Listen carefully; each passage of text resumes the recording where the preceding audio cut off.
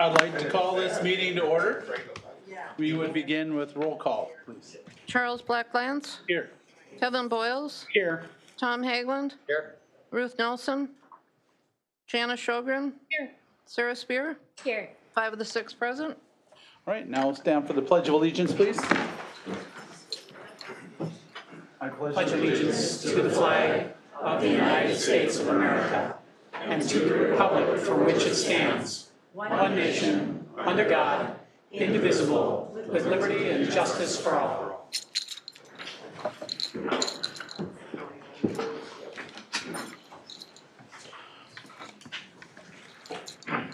All right, I'd like to thank you all for joining us. And Ruth Nelson, the chair of the board, isn't able to join us this evening, so I, as a vice chair, will step in and chair and facilitate today's meeting.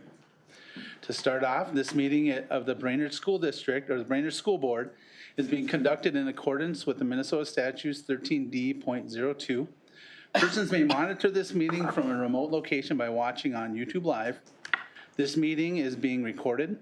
Access to the recording will be made available on the school district's website as soon as it's reasonably possible. Face coverings are strongly encouraged for all individuals in attendance. So next up, we have approval of the agenda as amended. I'll move to approve. Second. All right, we have a move by Director Boyles and a second by Director Shogren. All those in favor, say aye. Aye. Aye. And opposed, same sign. Motion approved. Next up, I'd like to begin with recognitions. We have a number of recognitions for the school district, and I'd like to start off by thanking you all. Thank you to all our outstanding teachers at ISD 181. It was a National Teacher Appreciation Day, May 3rd, last week. Thank you for all you do for the students of the Brainerd Public Schools. Thank you very much. As a parent also, I really appreciate all that you do, all the time and effort. Thank you to our School Lunch Heroes. It is School Lunch Heroes Day on May 6, 2022. Thank you to all our food service staff for everything you do to serving nutritious meals every day. As a son of a mother that was a food service hero for many years, I really appreciate all you do and the relationships that you provide our students. You become one of the main reasons students show up every day is that smiling face. So thank you so much for all you do. Congratulations to the Warrior Robotics qualifying for the state tournament. Laura Wells, Ethan Deed, Micah Halbersma, Zane Jacoby, Cole Belton, Owen Brainerd, Evan DeBoer, Isaac Hansen, Drake Small, Will Odlin, Abby Brainerd, Haley Nelson, August Vogelsang, Ewan Vogelsang, and Bridget Wells all earned conference all academic team honors. And I do apologize for whose names I got incorrect. Congratulations to the following orchestra groups and students who earned superior ratings at the April 20th, 2022 Region AA North Music Contest for Orchestra. Braden Pontiest, piano solo. Grace Haglin, cello solo. Catherine Blair, viola solo. Zachary Schaefer, cello solo. Brainerd Chamber Orchestra. Congratulations to Ryan Larson, 7th grader at Forest View. Right over there. There's an audience right over there. Ryan, you raise your hand. There's Ryan, wearing the blue. Yeah. In the third row at the end, smiley face. Thank you for being here. Congratulations again to you, Ryan, who is a 7th grader at Forest View. He will join outstanding middle school students from across the nation to take part in a unique academic and career-oriented development experience. Junior National Young Leaders Conference in Washington, D.C. for the Junior National Young Leaders Conference in Washington, D.C. It's pretty exciting. Good job. Congratulations.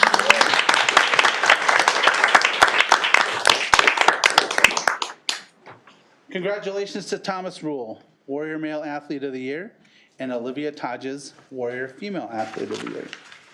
It's a lot of hard work through the years, both of you. Thank you for all you do for Warrior sports. Congratulations to the 2022 Brainerd High School Athletic Hall of Fame inductees. Florian Fairbanks, class of 1967. Rod Royer, coach. Kelly Rosenthal, class of 2009. Lisa Salo, coach. Madison Smith Kelly, class of 2010. Thank you for the history and all the hard work over the years you provided our school district. Congratulations to John Zemke, AA Boys Swimming and Diving Coach of the Year for Minnesota. Congratulations to our Warrior Robotics team who competed on Saturday at the state competition. The team was one of 6 schools named to All-State Academic Team Gold with a 3.75 to 4.0 GPA. The team also won an Excellence of Engineering and Design Award from Dunwoody College with a $500 award from Dunwoody. That's pretty fantastic to keep your craft and your trade as well as your studies all together and competing at a high level. Thank you for that, and congratulations. Congratulations to robotics coach Brian Bordwell, was named Section 7 Coach of the Year. Congratulations to Coach Bordwell, Coach Brainerd, and all the dedicated members of our team. All right, next up, we move into our first public input in a while. And what I'd like to do is just kind of recalibrate here a bit for those of you in attendance and those of you out there in watching online as well. Some of you may be planning to address an issue during the public comment portion of tonight's meeting. We welcome your comments. Please be reminded that we must comply with Board Policy 206, and the following limitations will apply during tonight's public comment period. Number 1, the school board will enforce a 3-minute limit on each person speaking. You'll see the clock over here. If you can't miss it, it's about 2 feet tall. Number 2, during the public comment session, complaints or allegations against students or employees may not be discussed due to data privacy. Complaints or allegations must be submitted in writing to Superintendent Larson. Please be aware of that before you do any of that, and I'll help provide facilitation for that, but we just ask that you honor this request by us. Number 3, please be advised there will be no verbal interaction or question and answer with the Board of Education or Superintendent of Schools. So, all right. With that being said, now I invite our first public input up to the chair, Susan Lemuzga. Susanna, I apologize. That's okay. Hello. I think most of you know me. So my name is Susanna Lamuska, and I have 2 children in the district. I want to thank you as a board for allowing community input regarding the interviewing of the final 3 superintendent candidates. It was a very educational experience, and those of us who showed up learned a great deal about what is truly going on in our district. We have been asking for transparency and better communication, and you as a board and district delivered. To our community, I am ashamed that out of 20,000 plus residents in this area, only 9 of us showed up all 3 nights for those interviews. We have got to do better for our children. Parents and taxpayers, we have a huge responsibility to be more involved and speak up. I am saddened that when given the chance to be more involved, we failed. On the other hand, I am disappointed that while the school board did reach out to the student council members to ask questions and give input, there were a handful of parents who reached out to share with me that their students took part, but that only a select minority opinion was shared with the board of those meetings, and that other consensus among students was very misrepresented, if not downright inaccurate. I attended all 3 interviews and stayed for the deliberation the final night. As a concerned parent, someone who advocates, volunteers, and is also a very involved parent, I do feel the need to share some things that I saw that were very concerning. There was a level of manipulation used to create distrust in the minds of other board members, along with the body language from a member I would go as far as to say was threatening towards the board because it wasn't going the way this person wanted. This was apparent to those in the room, but did not translate well onto the live stream. I watched the last 15 minutes from home. As a parent and community member, it wouldn't be an option to act in this way or speak in this manner, let alone as an elected public official who is supposed to be representing everyone and our community. I finally got up and left at 11:45 when it got so bad that some were nitpicking at the way one of the candidates was too quiet during the dinner they attended with him after a 13-hour-long day. From a parent's viewpoint, it was embarrassing that this is what kept you from choosing a qualified candidate for our district and for our children's future education. I know you can do better. Our community and our students deserve better from you. To the rest of the board, I thank you for seeing that we had an opportunity of a lifetime at our fingertips to have a dynamic team to make some really big changes that our district so desperately needs. Instead, I will support Heidi Hahn. I want the best for our district, and to see her fail to excel in her new position as the leader of a troubled district would be devastating to our students. With a massive deficit of the number I don't need to say, I will be praying our district makes it through the next couple of tough years. Thank you for your time. Thank you very much. Next up, we have George Washington Jr.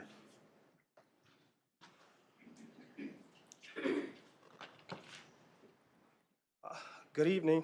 My name is George, and I'm the parent to 3 children that are currently in the district and one that recently graduated. I would like to address a few concerns that I have regarding the school board meeting on April 14th. I watched several board members base their decision for who to select a superintendent based on emotions and personal relationships, not what was best for the district. For clarification, I am not saying that Heidi Hahn was not a good fit or best for the position. However, the decision to hire her should have been based on more than just her history and personal relationships with the board, which the discussion was largely surrounding. I watched 2 board members jump on the trust bandwagon after a board member brought up this concern. Those particular board members didn't mention anything regarding trust until they heard it from another board member, which is concerning to me as a parent with children in this district. I want our board members to be leaders with independent ideas and thought process, not just mimic what another board member says. I was concerned that one board member changed their vote at the end based on the time and not wanting to continue deliberation versus what they felt was actually best. The future of our district and our children's education deserve better. I watched a board member completely disregard another board member on at least 2 occasions while they were trying to relate their child's experience. This was disappointing and frustrating to watch, not to mention incredibly disrespectful towards the board member and their child's experience. It takes courage to stand up here and mention your own or your child's difficulties and to be condescended to by other coworkers is unacceptable. My hope for board members is that we will fight for all children, regardless of race, disability, or other differences. All of our children are important, none more than the next. I have watched a board member use race to divide and intimidate rather than to unite and align. My hope is that some reflection can occur and that more board members can do better, because at the end of this, our kids are watching. Thank you. Thank you. Okay, now we have John Erickson.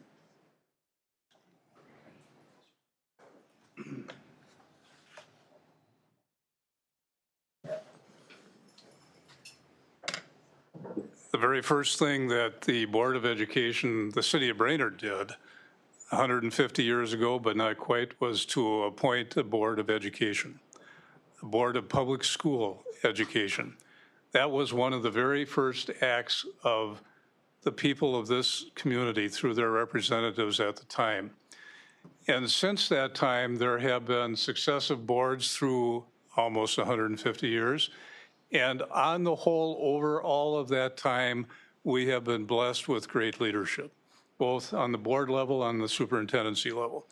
Hirings were from the best of schools from the very beginning. You read the curricula of the appointments that were made, both teaching and superintendents, and they were of the top-notch schools knowing how to go about public education. In addition, immediately, the Board of Education back in 1872 began building, and we have been building ever since. Every so many years, generally speaking 10 to 30 years, there has been a push, not unlike what you have done during the last 4 or 5 years. It will happen again. It happens in education. Education doesn't stand still. It always progresses, and that is what this school district has been known for. Progressive thinking and education. and nothing but the best in teachers and facilities. That is our future. We're ending the first 150 years with the first female superintendent of schools in the entire history of that 150 years. We're starting the next 150 years with the first superintendent of schools being another woman for that 150 years. You have an opportunity with all of the opportunities that you have given opportunities to our students. If you, as you have, and if the public does, tours the high school, you will be amazed at what the facilities are there to teach our children, not just high thoughts, but actual practical learning techniques. The future is nothing but bright here. I look to those of you who will be here in January and expect the same from you again, a high quality of education delivered to all of us, of all colors, of all backgrounds. And thank you for all of what you have done through your terms and the terms of all of your predecessors. Thank you. Next, I believe this is Doug Kern, correct? Yeah. So I'd like to say the ribbon cutting ceremonies that you guys have had are awesome. Just the setup that you guys have done and the things that they've pulled together as far as the venues and stuff are awesome. I want to say congratulations to Heidi Hahn for getting the position. I know the school board, the discussion about the students leaving, that's something that still needs to be addressed, is how do you reclaim and recapture those students, and how do you unify the community? Hopefully there were some notes that were taken from the other candidates, because the other candidates that I saw had plans. And so hopefully you follow some of the ideas that they had to pull in the community and pull in the people and pull these children back, and kind of unify the area, because, we need that. We need to have that. And, the ideas that Heidi has, I hope that they come through, shining through, that she can pull this together. So just saying, I hope so, but hopefully they took notes. Thank you. Thank you. All right, our final public input is Marty Halverson.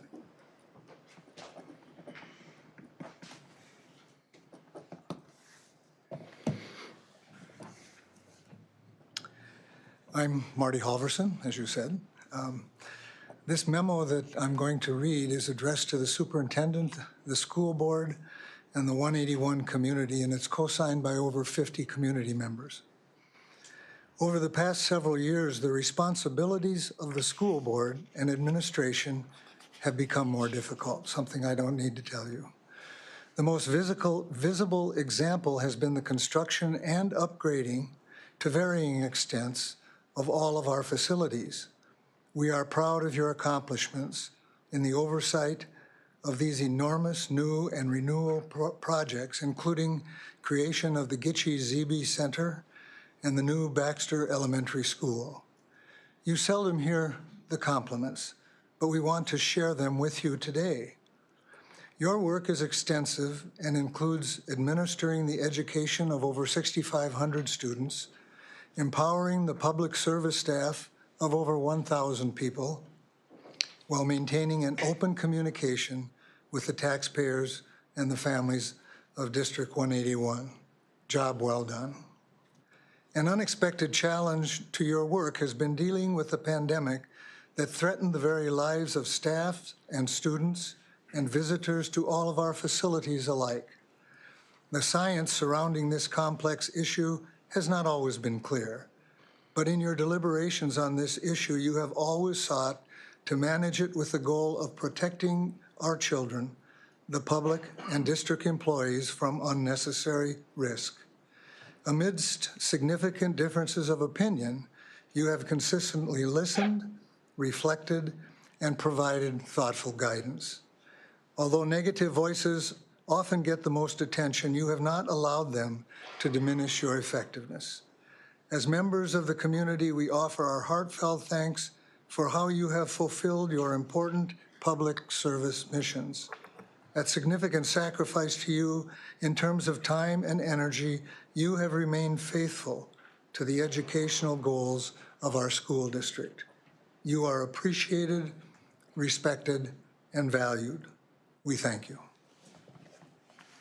Thank you. Okay, that wraps up the public input portion of our meeting. Now we'll move into approval of the minutes. We have a number of minutes board, and a question that I had is, would you like to deal with these all in one, or would you like to go through one by one?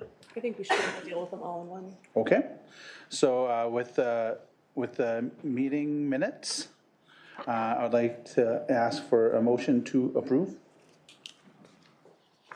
Make a motion to approve all the minutes listed. Okay. Motion by Director Spears. Do we have a second? Second. Second by Director Boyles. All those in favor say aye. Aye. Opposed, same sign. All right, motion carries. Thank you. Now we move into the presentations. Up first, we have the transportation update from Norby Klimek and Kebra Cherney.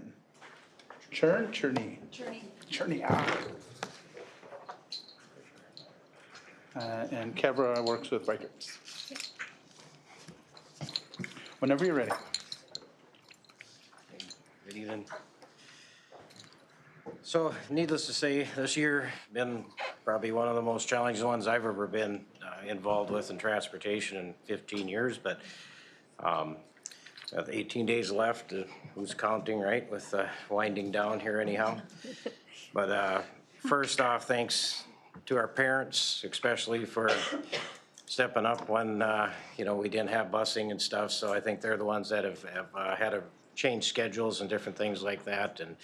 And I think all of us feel that in the transportation field every day, that, we just can't quite get it completed and get everybody, a bus at all times. So hats off to them. And then, of course, the drivers that are getting this done every day and putting things together and making special accommodations in their lives and stuff too to do this. And of course our staff and everything, and we did lose a couple drivers this year with their license stuff, so just keep that in mind. But on the bright side of things, I think we are hopefully turning the corner in some areas with hiring and things, but I'll kind of turn that over to Kever here, and she can give you an update on kind of our status, where we're at, and kind of what plans on where we're going here. So. So I'll agree with Norby. I've been with Reichert in some form since 1998, so I never want to repeat a year like this again, as I'm sure all of you agree. Just to give you an idea of what we've been dealing with in about the last 3 or 4 weeks, we've had 9 drivers out on medical. In serious medical, we've had 2 drivers with serious heart in the ICU who won't be coming back this year. We have 2 drivers dealing with cancers who are actually driving between treatments and surgeries, which is phenomenal. And we have 5 other drivers dealing with different medical reasons who are still trying to drive in between treatments and feeling good and not feeling good. So I can't say enough awesome things about our staff this year. It's great. Yesterday at 3 o'clock, we did not have routes covered. Today at 6 o'clock, everything was covered.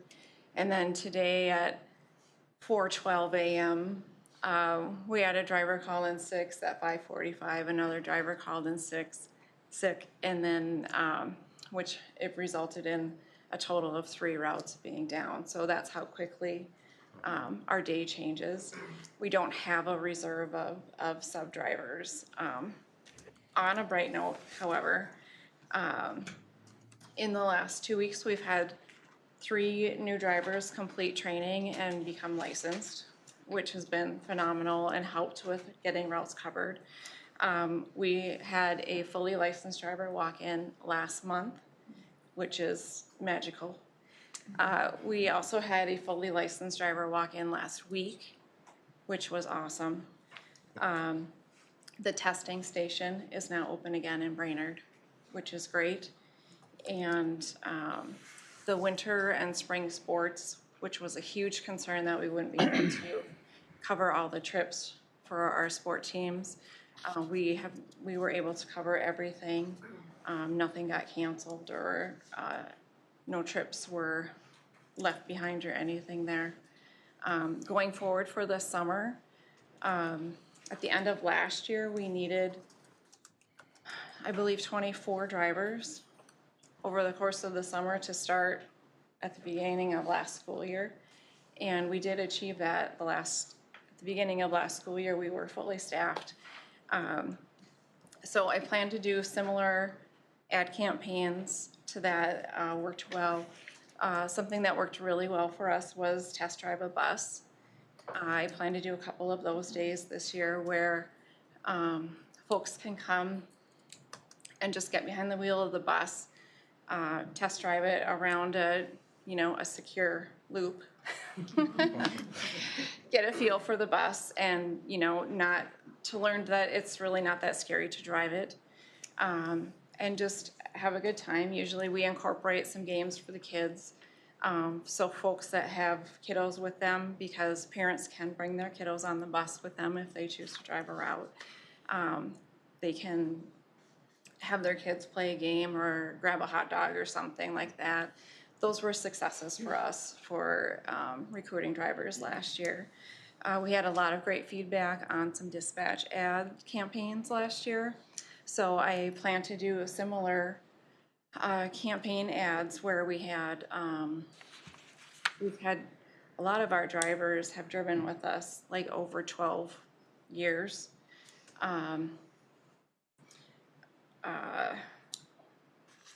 And so a lot of those drivers did testimonials, and we had those testimonials as part of an ad campaign in the dispatch. And I got a lot of positive feedback, not necessarily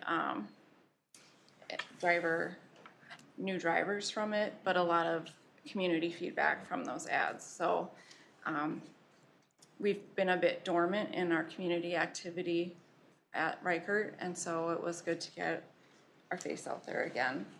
So we plan to do that again as well this year. Yeah, I think a lot of that did show good success and definitely opened people's eyes to the bus driving is very important this year. And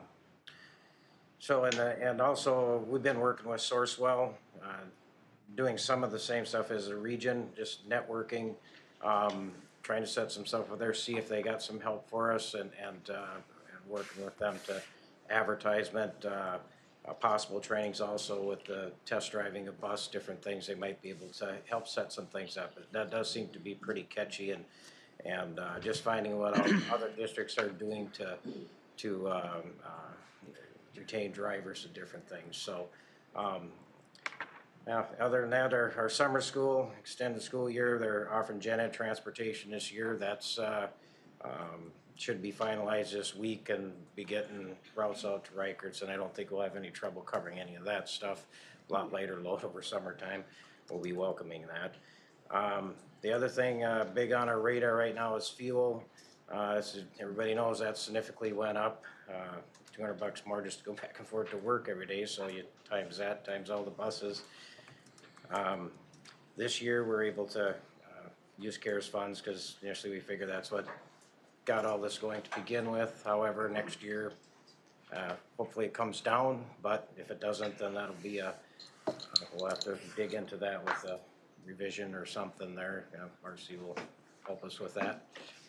So other than that, I don't know any questions about transportation, but in a nutshell, it's busy days. Yeah, I don't remember, are we good for 1 or 2 more years on the contract?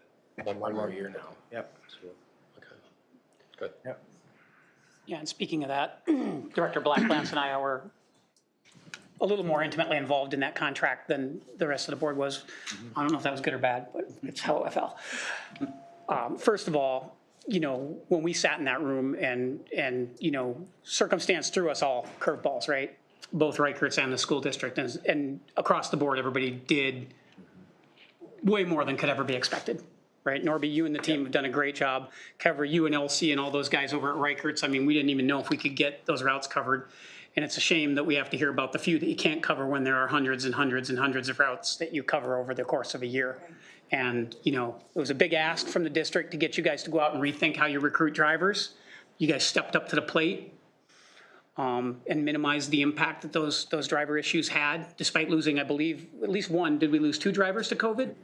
Yep, the drivers did. So there's that as well. You know, nobody had an easy time of it, but you guys never complained. Mike and Mark and the rest of you guys over there, you stepped up big time, and I can speak, I think, for the school district and say that we really appreciate it. And Norby, we always appreciate what you do. Thank you. There's a good team going here, that's for sure, and everybody's put a lot of work into it, and the working relationship has been great. I mean, there's days always that we're all frustrated, but in general, yes, very, very good. So. And if you pardon the pun, I'm also pleased that we're not taking the foot off the gas, that you guys are thinking ahead to next year and recruiting. So Yeah, summer's not downtime, unfortunately. we'll see you at the fair. Yeah, absolutely. Thank You you. mentioned this time last year, we were in need of 24 drivers. Yes. Any idea where we're at this year going into fall? We've just started this last week having a sign-up sheet to get a feel for who's coming back. So by the end of May, we know we have a pretty good idea who's coming back. I'm guessing probably in about a 15 driver ballpark, so not as many, but we actually would like to have sub-drivers and backup people too. So I'm still shooting in that 20-person ballpark myself. And that's where we're getting Sourcewell a little bit involved, because it's in our region, and the whole idea is to get this pool filled back up with drivers, so that if we were just talking earlier, If I had a surplus. Pequot would I have could send them to would Crosby be or. filled, and Pillager would be filled. Well, check Brainerd out. Maybe he can get a job over there. I mean, if we ever get to that point, it would be awesome. But, Yeah. Just the pool's empty right now with drivers everywhere. Mm-hmm. And so that's why when somebody calls in sick in the morning or just absolutely can't drive, there's nobody on the bench anymore. So, but we're very close. I mean, so. Yeah, we're within 1 or 2 routes every day that are just, one person can make it or break it. It's maddening. Understood. All right, any other questions for Kevra or Norby? I don't have questions, but I too reiterate that I really thank you for how you stepped up to the plate this year, and I really hope that you'll do that same effort this year. Absolutely. And I really appreciate the partnership that's happened. The other thing, since I'm not going to be here, I remember that when we came to an agreement on the contract this last time, we said that we were going to get started on that contract much earlier. And so I just want to remind everyone that you need to get started on it this fall so that it's ready to go by spring next year. And so to make sure that we're all meeting our obligations and have a current contract in place when we move forward. Understood. So, thank you. Great. Thank you, Kevra. Thank you, and Rikers for your hard work, making sure our students' needs are met academically and getting them safely to school. And definitely appreciate your business's perseverance and resiliency along the way. Thank you so much. Okay, next we have Equity Task Force Process and Framework, Candace Burkhart and Aaron Colgard.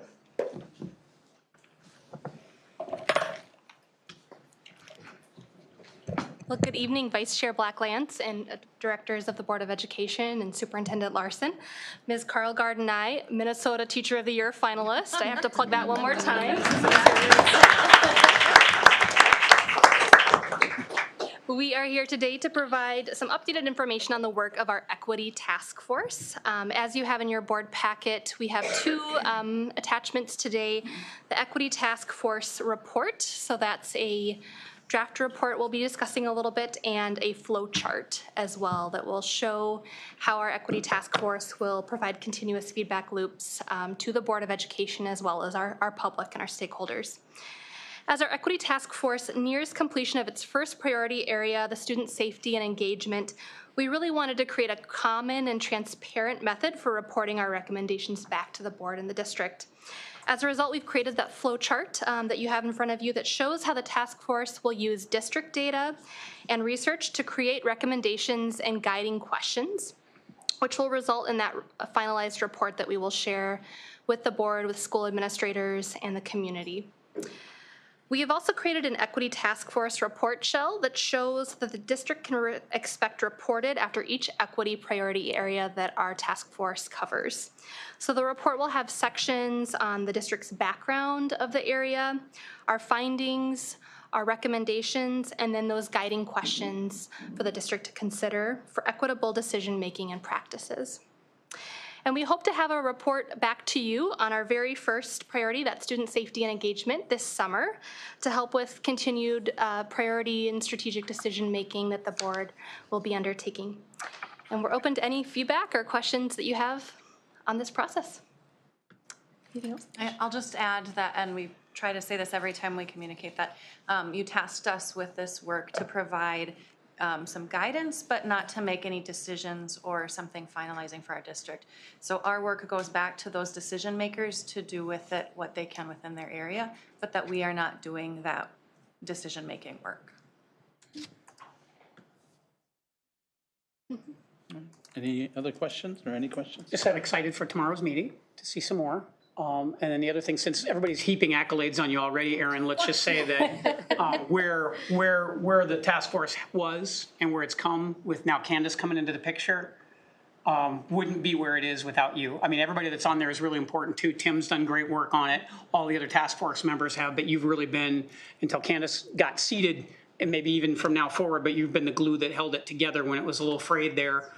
Really helped a lot with our engagement with the community, specifically the session that you guys did. That was all really fantastic. Just can't express enough gratitude and excited to see what you show us tomorrow.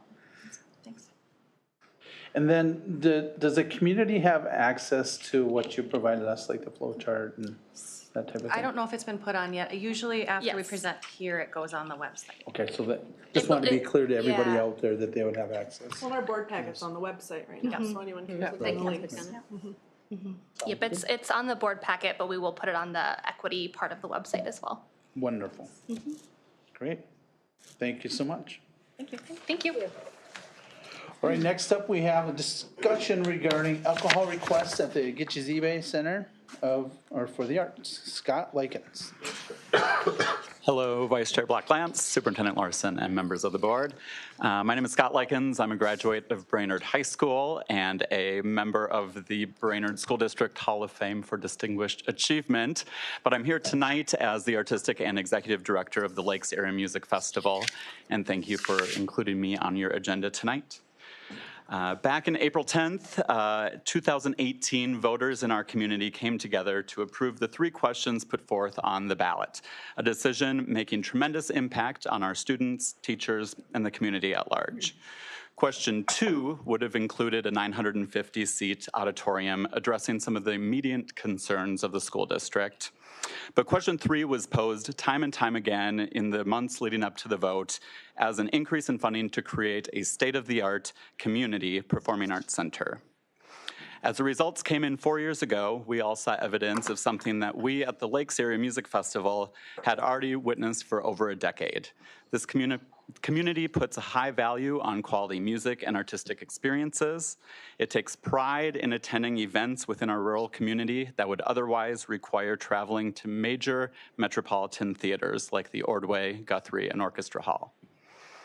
This summer, we returned to the Gitches Center for our 14th annual season, and tonight I'm here on behalf of LAMP to formally request a temporary and limited exemption from your facility use agreement in order to serve or sell alcohol at specific events. And those events would include, in Request 1, our season opening fundraising gala, and in Request 2 and 3, our weekend performances at the Gitches Center. In this request, we have attempted to address as many potential concerns as possible. We will limit service to the strict confines of the Gitches Center lobby. These events fall outside the school year and in the evenings when students are typically not on campus. We would only be serving to ticketed and invite-only guests. and these are at events that are historically attended by exclusively adult audiences. And there would be non-alcoholic options and alternative alcohol-free matinees for our weekend performances. By statute, state statute, we would be serving under our own liquor license from the city, and any sales would be handled via a licensed caterer. Therefore, no liability would fall to the district itself. There are so many things the district has done right getting us to where we are today, using community input as a basis of planning, organizing local performing arts groups to participate in the design process, contracting internationally renowned acousticians and theater consultants, and hiring an amazing, highly qualified and hardworking team to manage and run the venue. We hope you'll consider our request to take one more step in enhancing the concert experience for our community as they attend our beautiful venue. And this is our primary motive in making this request. Our festival activities bring constituents of the area into schools. We turn the Gitche Center into a professional concert hall and opera house, drawing regional and national audiences. And we use the support generated at our summer events and fundraisers to help cultivate the education programs which directly serve your students. This is our Ordway, Guthrie, and Orchestra Hall. Thank you for inviting me here tonight to make this request in person, and I'm happy to answer any questions that might come up through your discussion. All right, thank you, thank you, Scott. Any thoughts from the board?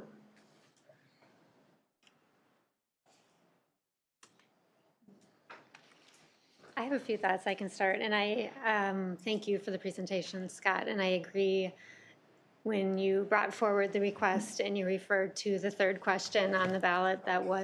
I did read that the same way, that was the community asking for and saying yes to a space that would allow for something that's comparable to an experience you might have at the Ordway, or make this a hub, a center for performances. And so I did read it that same way. And in knowing that's the kind of experience people can get in other locations, it in my mind made that more appealing, and it also makes it an interesting juxtaposition because we've got students in the building. So I think all of the things that you've kind of pointed out to say, when kids aren't here, there aren't activities, it comes in with a caterer, it leaves with a caterer, we'd have one entrance, and it wouldn't be the school entrance, that it's a separate entrance for the performing arts. I think you've thought of a lot of things that can mitigate some of the risks of having alcohol in the building. I think you've been really thoughtful about that. Thank you. I would echo many of Director Spear's thoughts. I did have a question about why the difference and whether it's meant to be different, or, there's a wording for July 29th, for example, that's the lobby, but then the other 4 dates say upstairs balcony. Sure. So for question 1, that would be for our fundraising gala. We would intend to have tables throughout the lobby to serve the audience prior to that event, probably all on the first floor, and that is why it says the lobby, but could include any of those. In request number 2, this is specifically for receptions for our sponsors. So these would be invite-only adult audiences that would go upstairs into that section of the lobby, and alcohol would be quartered off into that area, and then keep the main floor of the lobby alcohol-free.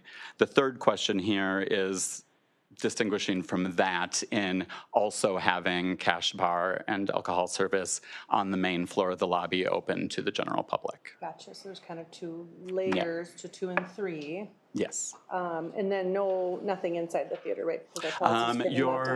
Your venue manager has said no food or alcohol inside the auditorium itself or in the studio stage area. So we've tried to, in question 2 especially, quarter it up into the upstairs as kind of the most segregated place to serve. Clarification, studio stage is the black box? Yes. Thank you. Thanks. Any other questions or thoughts? Scott, is the is the city of Brainerd, I'm assuming you've approached them, are they supportive of this, knowing that they need to give their endorsement as well? Is that correct? They are, yeah, and actually they helped me kind of figure out how this could happen, reading into the state statutes and the exemptions for serving alcohol on school premises. We have obtained a temporary liquor license from them in the past and every time been approved. And in those conversations, doing the research for these activities, they very much said that they would support. Of course, any of this would be dependent on us obtaining those licenses. So, so there is one more step, but there's no reason, in my opinion, to believe that they would come back with anything other than awarding those licenses. Scott, from our conversation in the past, you would have to apply for a separate license for each time that you would want any type of alcohol served, correct? That is correct. There's a limited number that you can apply for through the city, correct? Yes, so we would be kind of loading up all of our opportunities into this couple of weeks, and I don't remember the exact details, but I believe you can apply for up to 3 or 4 requests up to 2 or 3 days at a time. So that also would factor into this. But our primary goal would be our opening weekend. So if there were issues with licenses beyond that, we would make the decisions to fall within what the city allowed. So from a prioritization perspective, 1, 2, and 3 are in your priority order as well? Yes. Okay. Much like the ballot in 2018.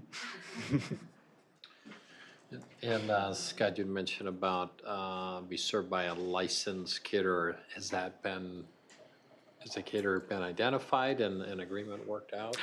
Not yet, as permission to serve is going to be kind of the basis of establishing that.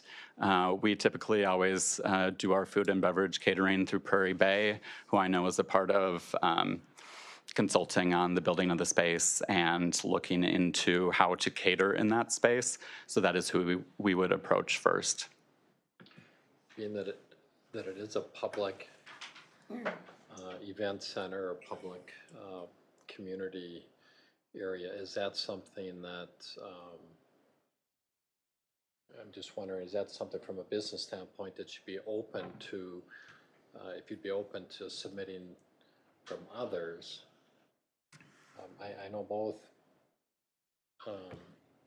Brainerd and Baxter, when they've been approached before with lunch wagons and all those kinds of mobile type things, there's been some pushback, for those businesses that are in that business. And I just wonder if that's something that would need to be opened up or considered to be opened up to allow others to at least present what they can offer.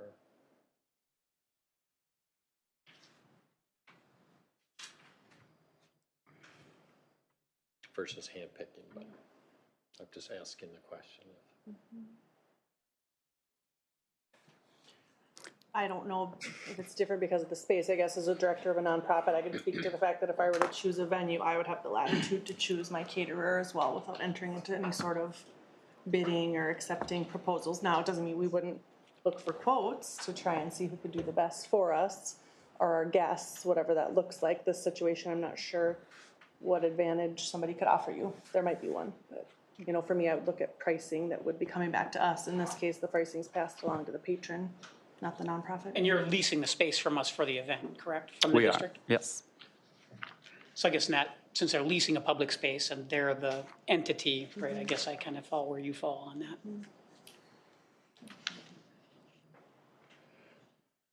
I definitely believe that it's important that we do all we can as a school district to make sure that this facility is self-sufficient.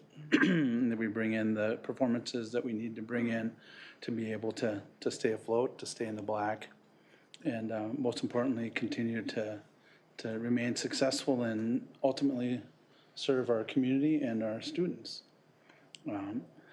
With that being said, a few things of my thoughts are,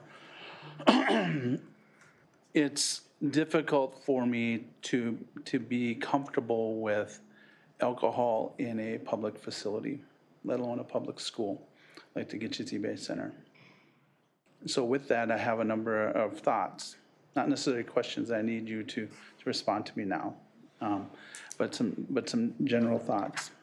And before I go any further, it's important that the board and the community know that I have my bias on the subject. I don't drink. It's not something that I have ever done.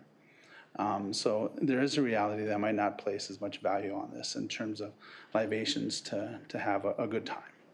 But I definitely understand and respect that many do. And I do believe alcohol certainly has a place in our society. But with that being said, my biggest concern is that in many cases, alcohol can be a destroyer. And that's where my questions lie, is it's a destroyer and can be a destroyer to many certain communities within our area as well as individuals. So before we move on as a board, I challenge the board as well as you, Scott, to be looking at how are we going to mitigate that? How are we going to ensure the general optics of it to those in the community?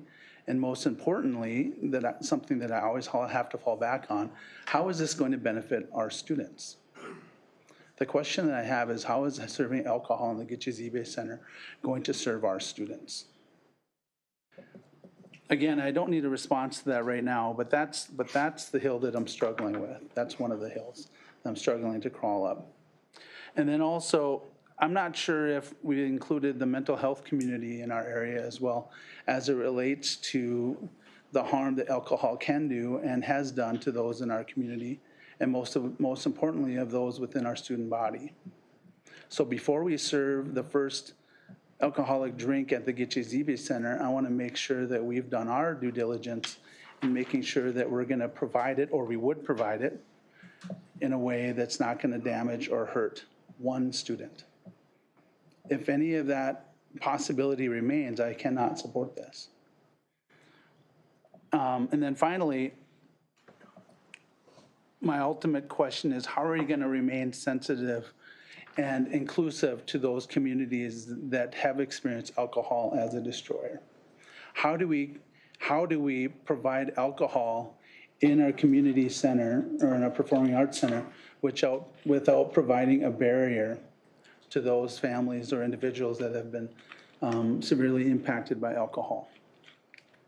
So I definitely understand the importance of alcohol in the mindset of which you bring it to us, but I have a lot of questions that need to be answered, not necessarily today, and I would probably rather not necessarily tonight, but before we act on this is something that I would like to hear back from you on. Sure. I would take a minute to respond to that a little bit if you're okay with it this evening. What I would like to hear from is also some professionals as well that actually work within the mental health profession. But you're welcome to share more. Okay. I was just going to say, traditionally our audiences are older audiences, almost exclusively those over 21. But I would say festival events are a place where students can come and learn about what it means to be a citizen of a community. And by attending with their parents or attending by themselves, just as they would entering almost any restaurant in our area, they would be learning about alcohol and alcohol use in an environment that's promoting good choices and being a part of cultural activities. In terms of how this serves the students, I would also say that anytime we're cultivating opportunities for audiences to come and enjoy themselves as they want to and as they want to take advantage of cultural opportunities, that is getting people into the schools, getting them to learn about the facilities that we have and the school programs that we have. And as our venue draws support from that, that funnels back into the activities that we're able to present to your students. And we are very much looking forward now in a post-COVID world, starting up those partnerships again where we're bringing our professional musicians in and connecting them with your students. Finally, I addressed this also in my in my presentation. But all of those weekend performances, with the exception of the gala, we also have a Sunday matinee performance as an option, which would not have alcohol on the premises. So anyone who felt that they didn't want to be around that or didn't want to expose their students, or sorry, their kids to that type of environment would have that very great option of just attending on Sunday instead of the Saturday. All right, thank you. My last thought on the matter is that if we look at the Gitches eBay Center and the wonderful step our community took to name it after, or in respect to the communities that came before many of us, and that were the first inhabitants of this area by naming it the Gitches eBay Center, Indigenous people. And it just so happens that the Indigenous community, unfortunately, has been devastated by alcohol. And I'm not here to sit and process that. That's pretty much, I guess, pretty well known if you're a member of our society and our community. But my question is, if we want to truly make our Gitches eBay Center a safe place for our students to sit down and to take part in everything that's there, then that's a question that I have. How are we going to make this a safe place for those within the Indigenous community that may have been devastated by alcohol? So I get what you're saying, that we can move that to a safe place, like on the balcony and whatnot, but still, students talk to one another. I have concerns about it being in the lobby where students ride bike on their bicycles and they see people drinking alcohol through the windows. There's certain things that I just want to have processed before we visit about this again in the board setting. So thank you, Scott, for your time. What's the timeline on when we have to make an approval in order for you to have the time you need to secure the licenses and all the things that you need? As soon as possible. You all probably remember I checked in back in January or February to bring this up and try to respond to any concerns you had. I know you've been working on a lot recently, so I was thankful to be a part of this. But we are getting to a time where, even talking about caterers, it's a busy summertime, and kind of as soon as possible to know which direction we'll be going in for those events. Well, here's where I'm torn on the issue, right? I'm torn because it's a public facility, but it's a public facility. Let me clarify that.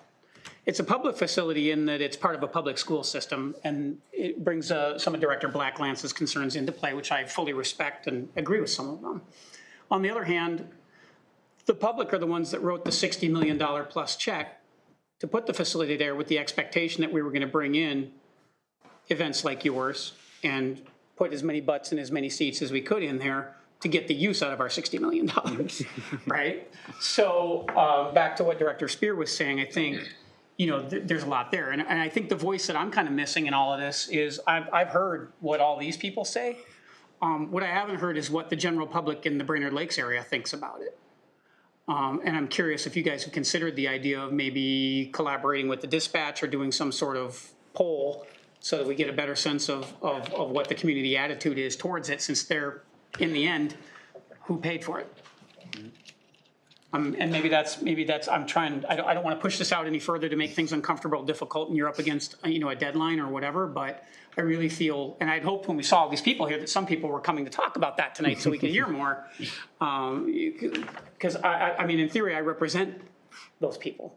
And as of right now, I've heard nothing from anybody one way or the other on the subject, literally, which means it's either not top of mind, and there's a whole bunch of reasons for that, but I would love to see if maybe you guys would consider doing something like that. The next thing I would say is this, that when you say cash bar, by definition, that's like like if we were at the Arrowwood doing a wedding or whatever, it would be cash bar with all the implications. So if I want a rum and Coke or a glass of wine, I can get the whole schmear, right? Cash bar, what I'm referring to is just the audience would be paying for it. Right. Versus the other ones. Right, but what's served?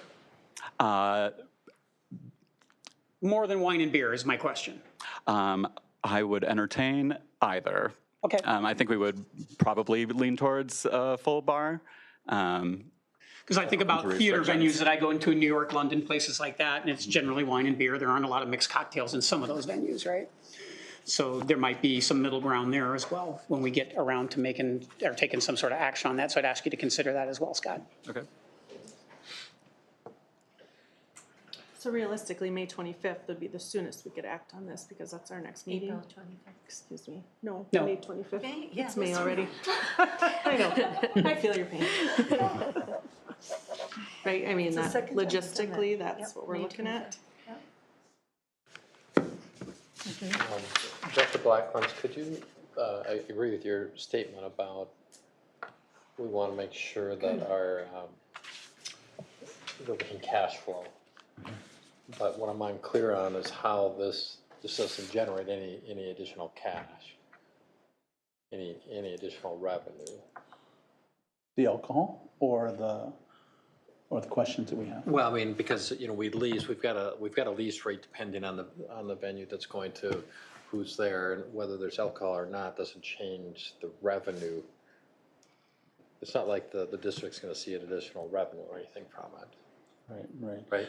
Right. I think my thought on that is, I definitely understand the importance why individuals like you, Scott, would want alcohol sold, that might open up other performances or performers to come into the area if alcohol is provided. Oh, okay. Yeah, so from where I stand, I would rather us not do that, but also the youngest child in me is doing my best to step outside of my original no, absolutely not, to trying to open up and hear what you have to say, but I'd like to hear what the community said, like what Kevin said, and probably more importantly for our decision here, what the board has to say and what your interpretation of what our community is telling us.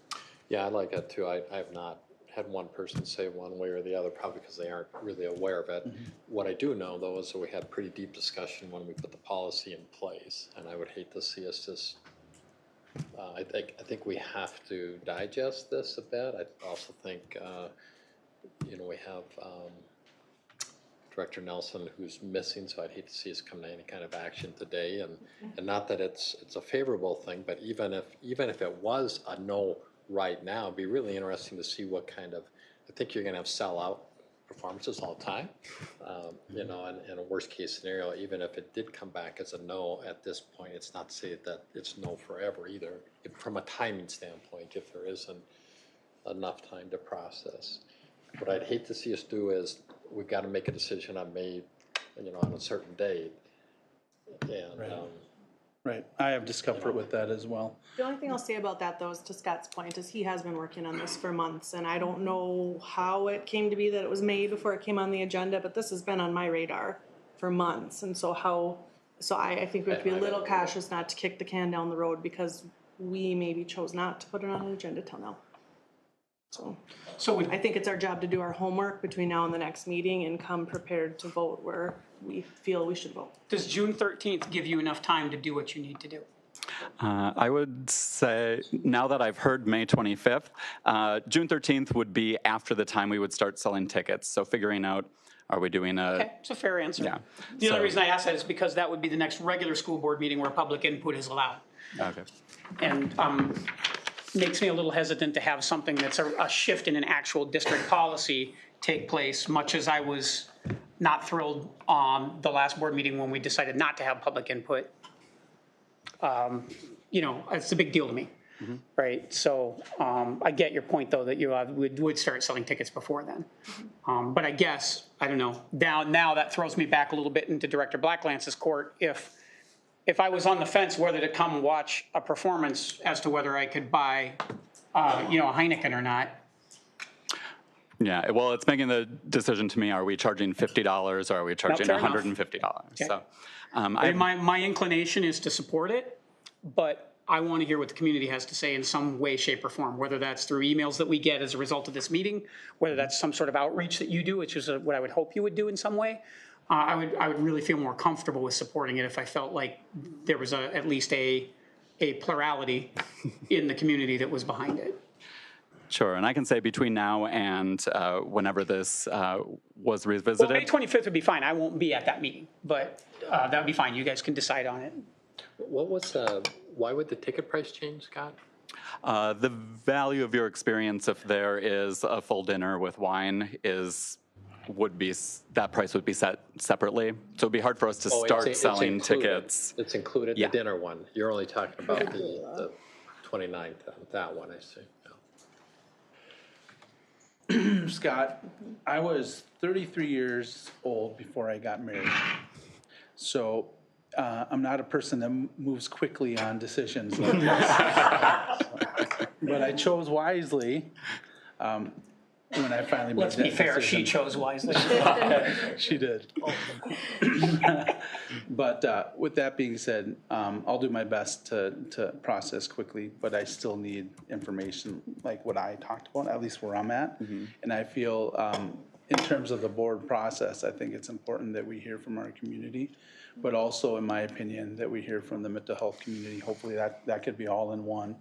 But to be able to hear from some individuals that can help me along the way in terms of understand that this is a safe process for our young people and for those that are struggling in our community.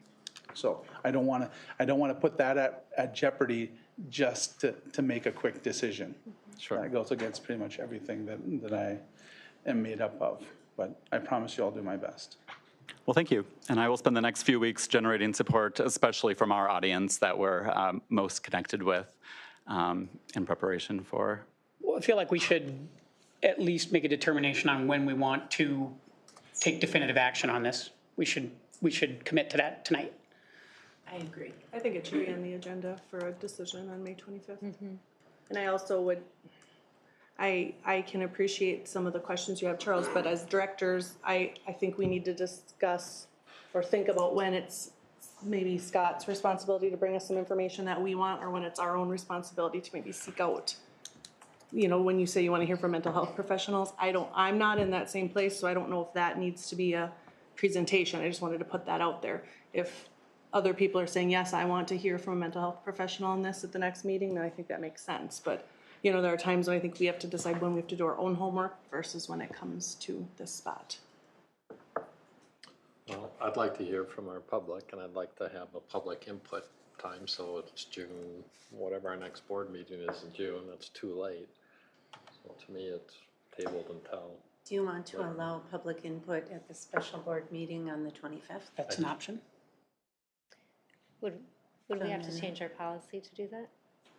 That I wouldn't open up that can of worms, but where we've gotten through. So when is the next public input? June 13th.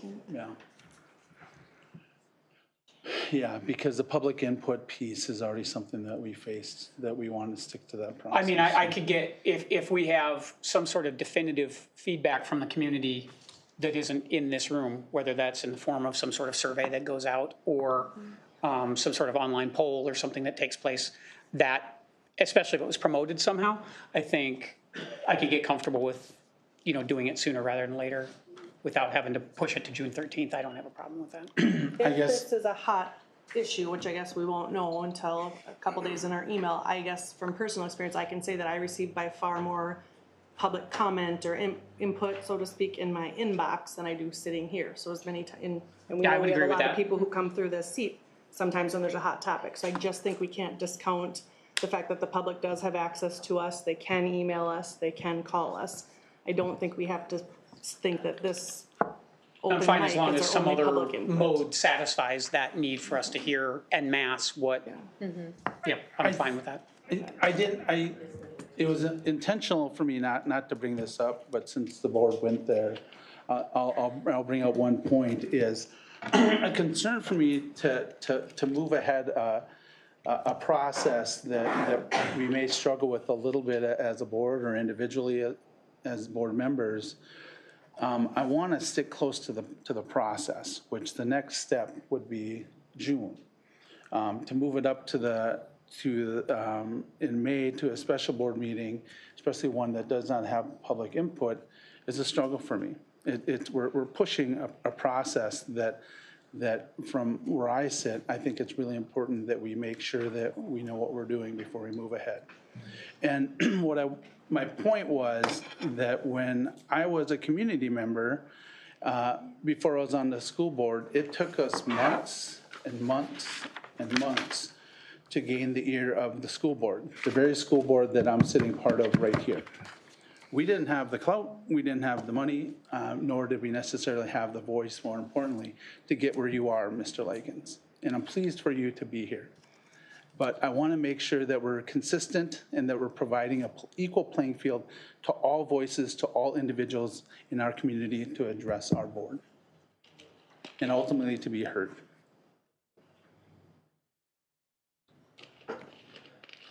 I agree with the sentiment. I guess I haven't since in now pushing a year and a half on the board, haven't run into a case where we've deliberately not let somebody come before the board that has legitimate business before the board. Your experience from prior to being a board member aside, I guess what's an example in the last 18 months of somebody that couldn't come to us? Because I agree with you. I agree that I've always agreed. It's one of the reasons I ran to sit here was because I think that the community has every right to sit in that seat every chance, whether that's organized groups that do business with the district, whether it's amateur sports groups, whether it's arts groups, or anybody that's going to interact with our facilities or our population, our ecosystem, right? I 100% agree with you on that, but I don't see a case where people are being shut out that should have access to us. Maybe I'm naive and maybe nobody's telling me about it, but I would love to see those examples because I'll fight to put them in the chair right next to Mr. Likens. Well, this is where my concern is the precedent. We open ourselves up to other processes or shoehorning other processes in. I think there's a number of people that would like to have sat right there at that spot to have a special spot on our agenda to speak about a whole host of things. A number of individuals in this community or in our group right here, I know would love to have been able to share some of the concerns with us and to have this type of discussion before them. But instead, we encourage them and force them into the public input. So, I mean, I can go down the list, in terms of what my thoughts are on that, but I don't know if that would move us forward in any way. No, probably just not a productive use of time. My point is that, I was one that pushed for this presentation to occur so that we could move on from it, figure out what we're going to do and move on from it. That's process for me. So why don't we, I guess, just to move the conversation forward here, I would be fine myself waiting for the full board meeting, but also I know that might not be the sentiment from the full board here. So what are the thoughts from the rest of you on that? Would you like to move this forward by trying to move process or discussing it at least as a board after this about looking at the 25th, is it, during the special board meeting? Or do we stick with keeping the process and hearing Mr. Likens or processing this further on the actual regular board meeting in June? Those are the two choices we have. And that's what, 2 weeks away? 16 days. 16 days. I personally feel like if we're going to hear from people, we will hear from them within the next 14 days, probably tonight and probably even right now in our inboxes. If we don't, I think that is concerning. I think that makes it a little bit more difficult to meet on the 25th. So I'm, without a crystal ball, I'm inclined to say if this matters to folks and they want to weigh in one way or the other, we'll have a pretty immediate response. I'm comfortable with the 25th. And I also understand it's nice to have folks weigh in public and through public input and in this space, that there's something that carries a different kind of gravity in doing that too. But I also understand that someone has come to us on something that needs action from the board several months ago, and we've not gotten to it. And I think we have to own some of the responsibility in that, in helping them move forward with their event in whatever way that is. I'd prefer to wait until June. We do have a policy in place. So as far as I'm concerned, there's nothing that we need to do.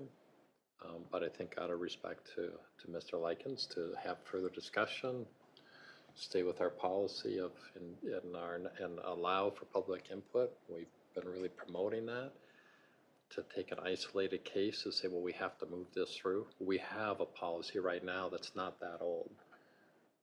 And I would say to circumvent that just because it hasn't been brought up for discussion. It could have just been shut down 6 months ago by saying we have a policy. But out of respect and out of what we have here, I think it's great that we're able to talk about it. But to have to be into, well, we've got to hurry up and discuss this doesn't make sense to me. So I would advocate to wait until we have a full board at our full board meeting that's open to the public, so we get some additional feedback. Thank you. That's my thoughts on it. Kevin? And I'm happy to vote on it tonight if you want to. Yeah, I mean, I don't disagree. I think that the only thing pushing us on the 25th would be the sense of urgency as it relates to their ticket sales and their capability to promote it the way they want to promote it, right? I think Tom's point's well taken. I'm going to go ahead and say that I'm disappointed that this discussion didn't happen 2 months ago when I asked for it to happen, that it got pushed. We had a lot of stuff going on, I realize that, and I'm not specifically trying to throw anybody under the bus. I'm just saying we could have talked about this before now and we didn't, and that would have satisfied Tom's concerns and we would have had more time so that now we don't have them waiting till June. But I'm okay with waiting until June if that's what the majority does, but I'd like to hear what Director Shogren has to say about it too. Yeah, I already said, and I stand by it, I think this should come before us on May 25th because we created the time crunch, not anybody else. We could have, as you said, brought this to our meeting 2 months ago.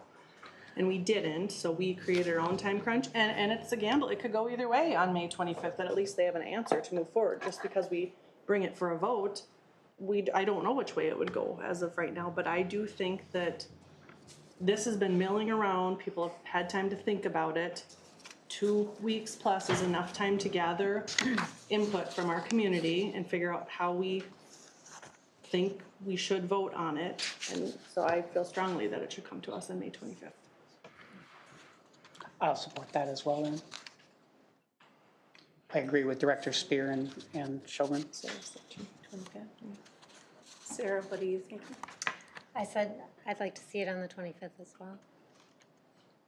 Knowing that I won't be voting on it. So from where I sit then, again, to keep the process moving, is that I don't feel comfortable pushing the community to provide us the input that we're requesting as a board. And I believe that if I'm going to err, I would rather err on the side of making sure that we hear loud and clear from our community. I'm not sure if we can hear loud and clear within 2 weeks. And nor would we be make ourselves available to the community to do what we've put in place, which is the public input, to be able to hear them. And so we're at an impasse, and I don't know, Lane, if this is something that we vote on, or is this something that we just? You just have to give me guidance on when you want to bring it. It's not a. And I guess I don't see that we're at an impasse when we have 3 board members saying to bring it to the agenda. We could bring it to an official vote, but I would sure hope we wouldn't have to come to a vote on an agenda item. Yeah, I hear consensus around Can we this. vote? Because I'm open to the process. I just want to make sure that we're in line with Robert's Rules of Order. Well, it's a regular meeting tonight, so if you choose to amend the agenda, you can do that and you could vote tonight if you wished. But what I was hearing was, since there were a lot of differing feelings on this, that let's bring it to the board to hear Scott out, to get some more information, and then bring it, let you have an opportunity to visit with the public, and then bring it to the next meeting to vote on it. And that's why there isn't an agenda item on here to vote on tonight. It's so that you can have that time to think about it. And so, and I am going to be asking for a special board meeting on Wednesday, May 25th, that we could bring it to if if the board so chooses. If you want to vote on, if you're going to bring it on the 25th or on June, you can amend the agenda in which to do that as well. And I just want to be clear, I'm not saying we should vote on yes or no to the request Correct. tonight. Yeah, I think that's everybody's in agreement on that. I think that. The debate's over when we act on I it. would sure hope that because the consensus leans toward bringing it to the agenda, that we could handle it that way and not have to make a formal motion to bring it to the agenda. And the other thing I want to say is, if you decide to bring it on May 25th, it may not go through. It may defeat, but it's all you're saying, or you may decide that night that you want to table it. You can do that as well. If you don't feel that you have the input that you need to make a That's decision. fundamentally what we did when this came up last year. Correct. So do I have a motion to, could I have a motion to amend tonight's agenda to add a vote on whether we move discussion to the May 25th special board meeting to discuss the presentation today, discussion regarding alcohol request at Gitches Eva Center for the Arts by Mr. Scott Likens. I will make a motion to amend this meeting agenda to add a vote on adding the discussion question or the action item on Mr. Likens' request to the May 25th special board meeting. Okay, thank you. We have a motion by Director Boyles. Do we have a second? So you're just amending the agenda right now? Amending the agenda to vote on whether we put it on the 25th. For approval. We have to be careful with our words because if Correct. we put it Action on. item. Right. That's why I said action item. Okay. Action item means it's a vote. Okay, yep, because we need to place it appropriately for that meeting because we cannot amend that agenda. Correct. And since it's a special board meeting, once it's on there, it's on there. I would second that motion. Okay. But you can decide not to vote. You can do that, but once it's on there. Yeah, it can be tabled, but it's. Okay. Yep. All right, do we have a second? Did you second that? I did. Okay, Director Sjogren with the second. All those in favor, say aye. Aye. Aye. Opposed, same sign. Aye. Aye. All right, motion carries. Thank you all for that. Thank you very much. Thank you for your patience. Okay, we will move on. Thank you, Mr. Likens. We'll move up to the budget update. And Marcy Lord and Lane Larson. Marcy, we need to get your walk-up music every time you come up for the board. I'd feel pretty budget special if update. you did that. All right, go ahead. Good evening. So in your guys' board packet is a budget summary. It's a brief overview. I know we've went through in more detail discussing what next year looks like. As we've discussed, in the beginning balance is revision number 1, unassigned deficit. That's a 1.8. Are you putting it up on the screen? It's in the board packet. Okay. I'm not sure which page number. I've got it. Okay, you're good. Okay. So the projected revenue decrease, as discussed, there is a 2% on the formula for next year. However, we are seeing a projected decrease in enrollment of about 68 ADMs. There's also a decrease in compensatory aid and the levy, so that's what makes up that line item. The next line item is a projected increase in existing expenses. So our projections for salaries and benefits, contracted transportation, and our OPEB implicit subsidy draw. And that number has changed slightly. Coming upon later in the agenda, you'll see a recommendation for the premiums. So since we last discussed, the projections had 2%, whereas the recommendation is 0. So that's why this number has changed slightly since we last discussed this. Positions transferred to CARES funds. We are moving some of our positions to those funds that are eligible, which will help out the general fund. And then cost savings with staff replacements. So this is as of May 4th. Any resignations, retirements that we know of, anybody who took the MOU with the HRA benefit, those are all in there and with projected replacements. If I know who's been replaced, that will get updated as well. For right now, there's just an estimate of what that replacement would potentially cost. And then the proposed net expense adjustments, so that's made through the attrition, resignations, and then realignments to reach our class size targets, as well as other reductions. And then any SPED adjustments are net of special ed aid, which is, we estimate about 55%. So looking at next year, right now we're projected to have an unassigned deficit of about $569,000. And then there's costs of positions to revisit. So we've had some resignations that we're not really sure, depending on student population, if we'll need next fall.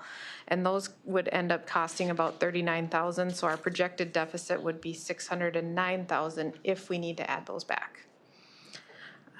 So when we look at revision 1, the unassigned fund balance is projected to be about 8.9. However, we do know that we will probably come in better than that, just with some of the additional revenue and savings with CARES funds.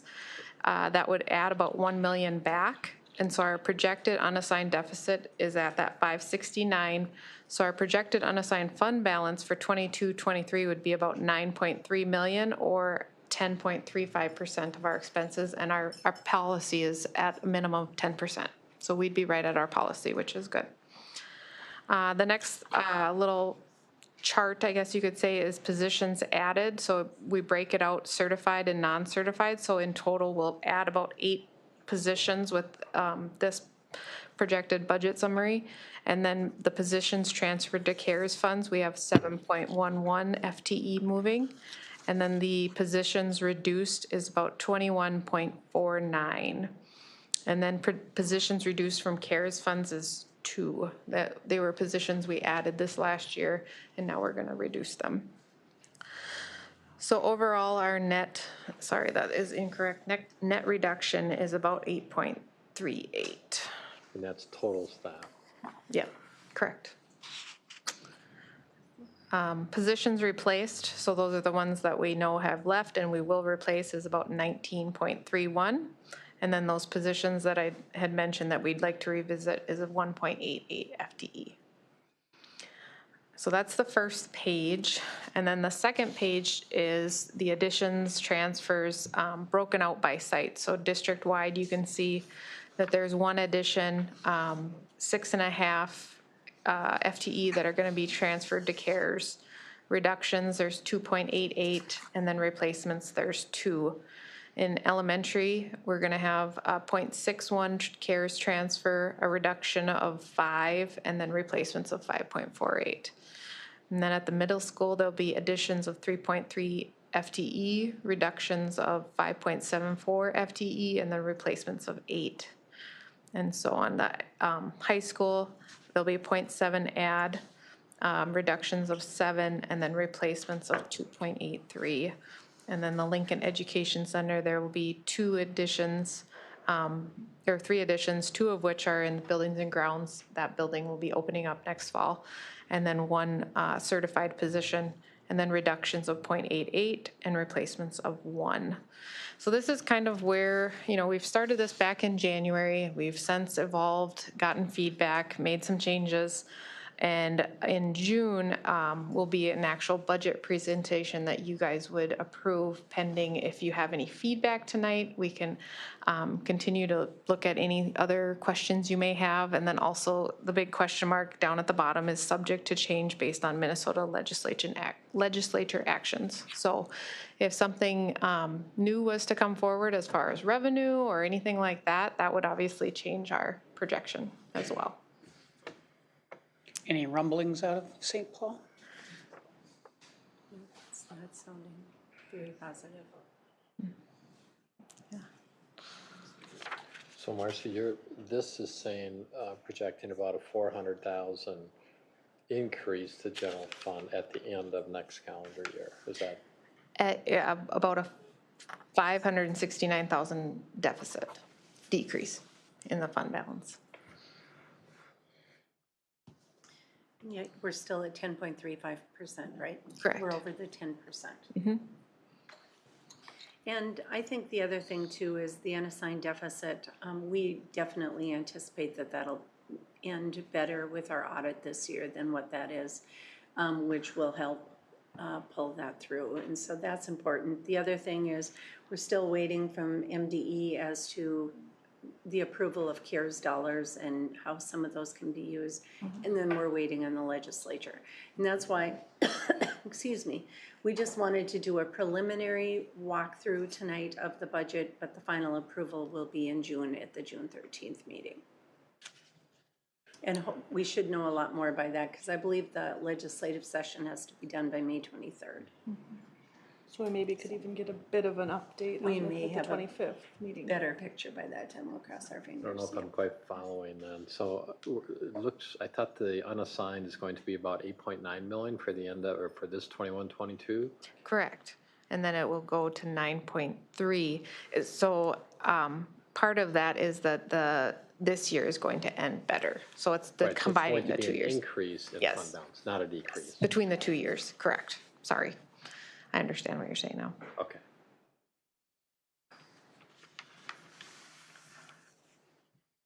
All right, any other questions for Marcy?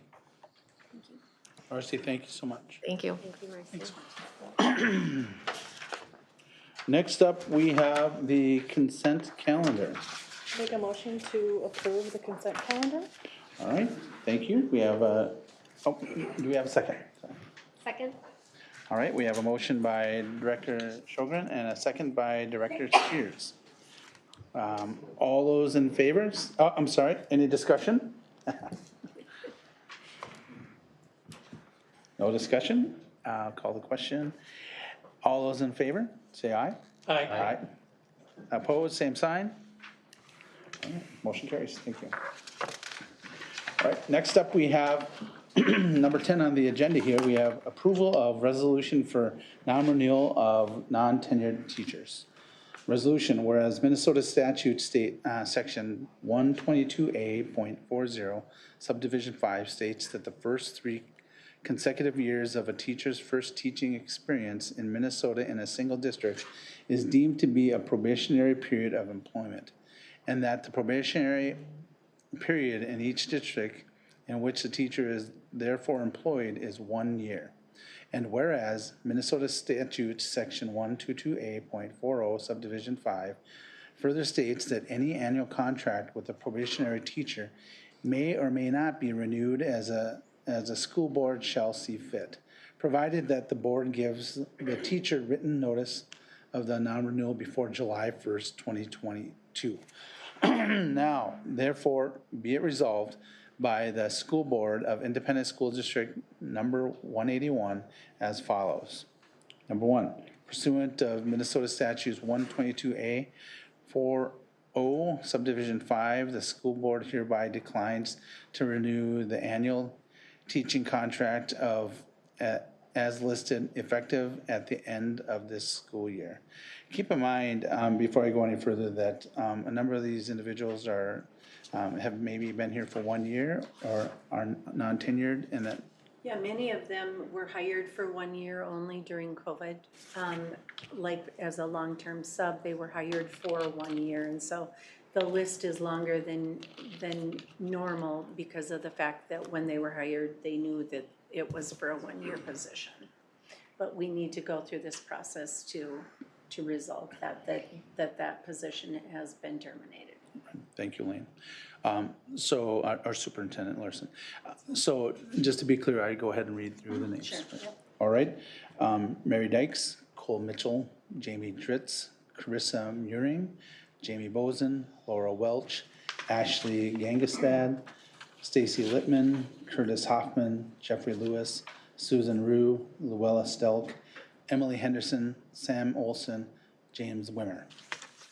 As a result of this resolution, the district's employment relationship with the above-named probationary teachers will terminate effective at the end of the current contract on June 3rd, 2022. The school board has reviewed and hereby approves the written notice of renewal for each affected teacher. The notice to each affected teacher states the reasons for the non-renewal. The school board chair is directed to sign the written notice on behalf of the school board. The reasons for non-renewal are classified as private personal data under the Minnesota Government Data Practices Act, unless the non-renewal representatives the final disposition of disciplinary action. The superintendent or designee is directed to serve the affected teacher with a copy of this resolution and the approved written notice for the teacher before July 1st, 2022. If possible, the notices should be hand-delivered. All right, we need to vote on this, and it needs to be a roll call vote. I'll We need a move motion. to approve the resolution as presented. All right, do we have a second? I'll second. All right, we have a motion by Director Boyles and a second by Director Spears. Any discussion? No discussion? I'll call the question. All those in favor, say aye. Roll call, that's right. All right, so, Kevin Boyles, Yes. Tom Hagelin, Yes. Jana Shogren, Yes. Sarah Spear, Yes. Charles Black-Lance. yes. All present are in favor. All right. Okay, thank you. Next up is new business. For action this evening, we have a presentation from the storm sewers repairs at the new Lincoln Education Center, the Old South Campus. PR number 21, Damian Williams, Mark Needham, and Reed Teesey.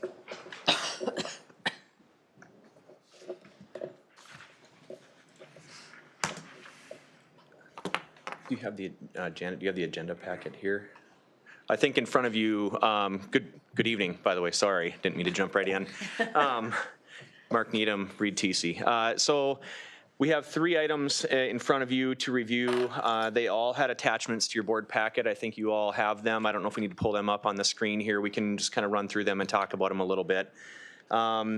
Item number 1 is the approval of storm sewer repairs at the new Lincoln Education Center, so formerly South Campus. As part of the project, we were looking at areas of concern that we had when we went into the through the design process. We've definitely put in new parking lots. We got new playgrounds going in. And one thing that happened here most recently is we started to experience some washouts around our storm sewer structures around the building. That's a keen indicator for buildings and grounds guys. Hey, you better go take a look. You got a leak somewhere. And so we hired a television crew, Johnson Jetline out of the St. Cloud area. They came up and ran a robot up our storm sewer. There's some photos there that show you the degradation to that underground piping.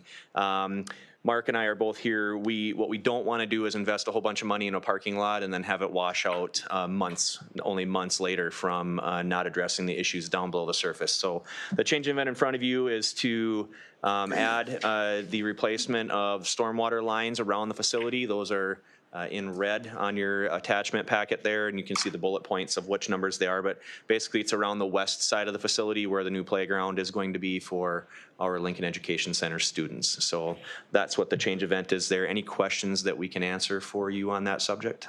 Does this come out of Blueprint $181 or regular? Okay. So this would come out of contingency funds for that project, and Mark, we're adequate on our contingency fund balance we are, there. Yes, and overall we're tracking for the overall Blueprint budget as far as contingency is concerned. So I mean, there's some ups and downs for projects, but overall we're on track for the spend.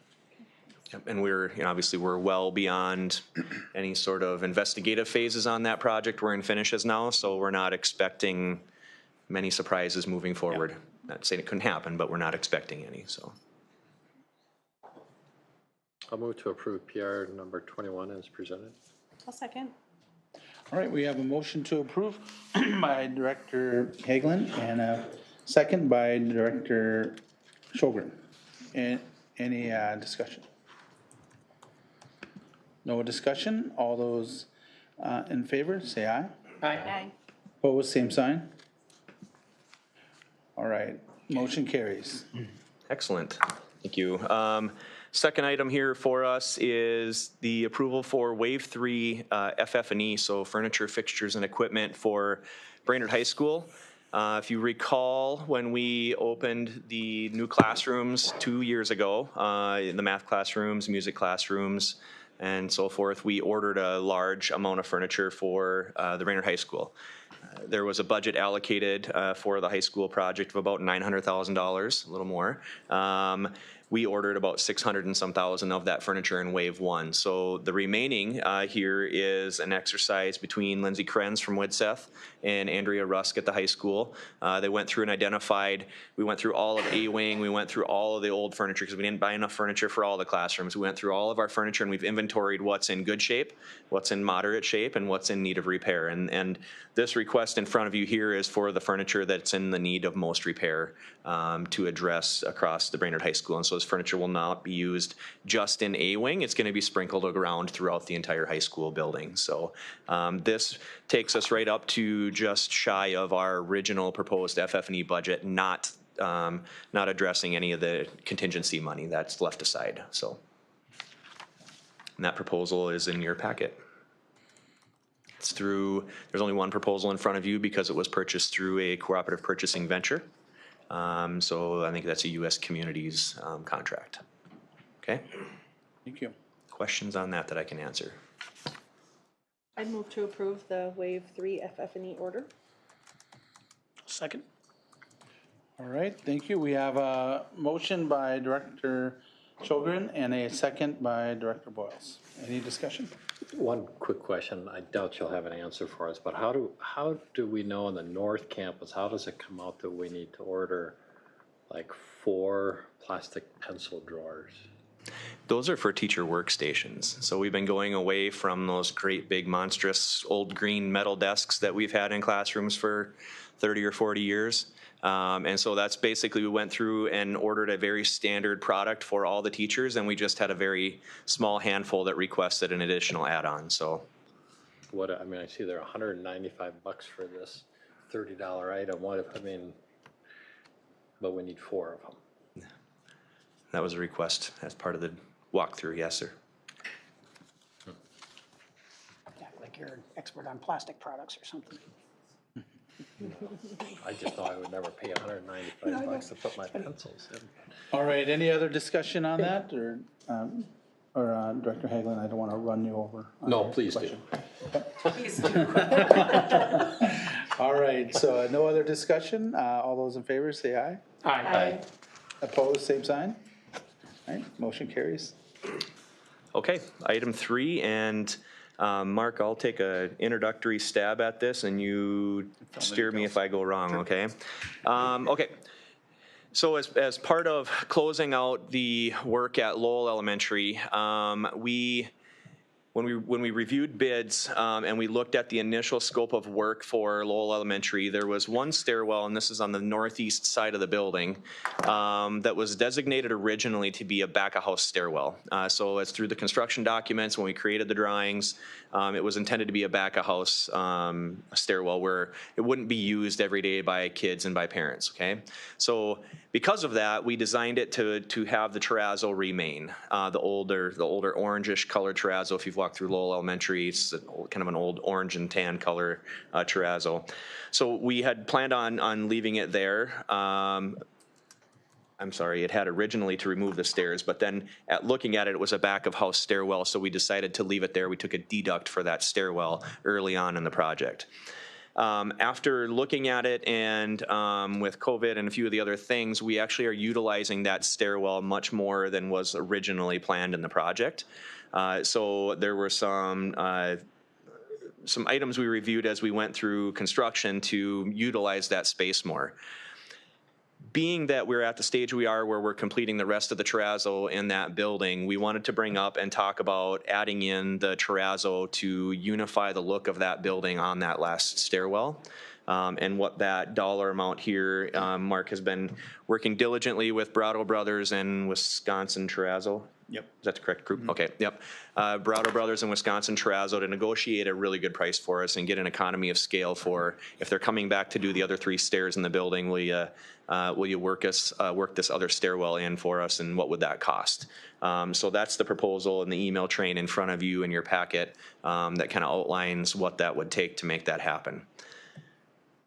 You have anything else you want to add? You nailed it. Oh, got lucky. All right, thank you.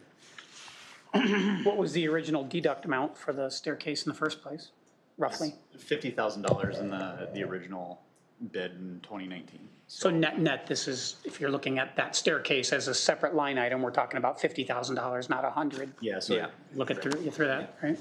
Yep.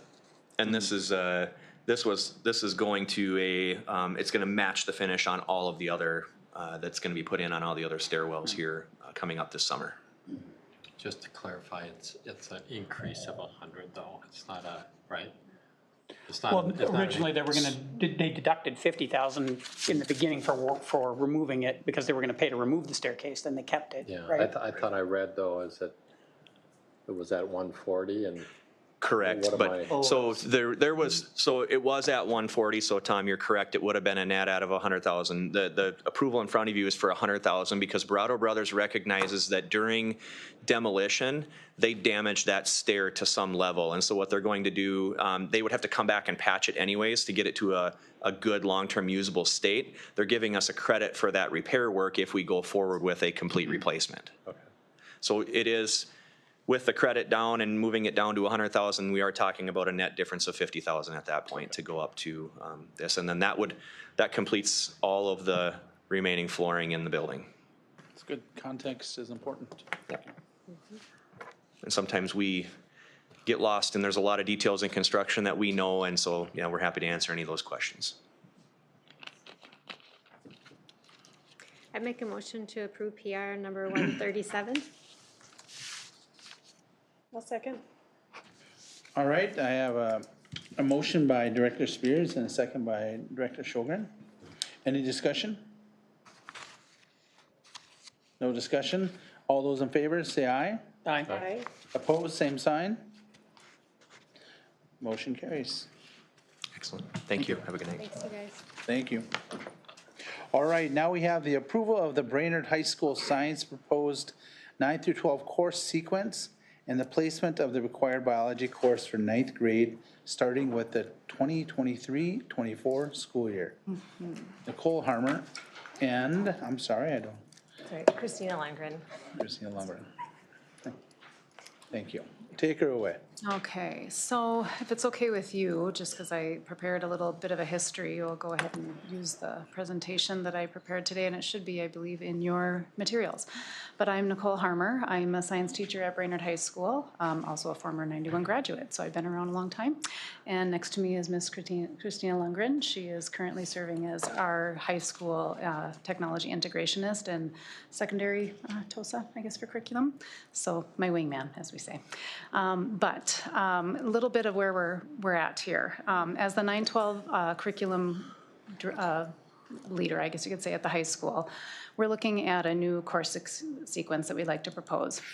And it's all based on the new 2019 Minnesota Academic Science Standards, which are currently still waiting for approval by our commissioner at the state level and are in rulemaking process. However, the Minnesota graduation rule and requirements, currently the way they stand and the way they are planning to remain, is that students would have to take at least 1 year credit of biology, 1 credit, which is a year of chemistry or physics, and 1 elective science credit. So in other words, 3 credits in all in order to graduate from high school. The combination of those credits have to include all of the Minnesota academic state standards, and those standards are changing, and so we're looking at a change thus in our course sequence to be able to meet these requirements. Currently, the 2009 standards that we're operating under has those same course credit requirements of a year of biology, a year of chemistry or physics, and then also a year of elective science.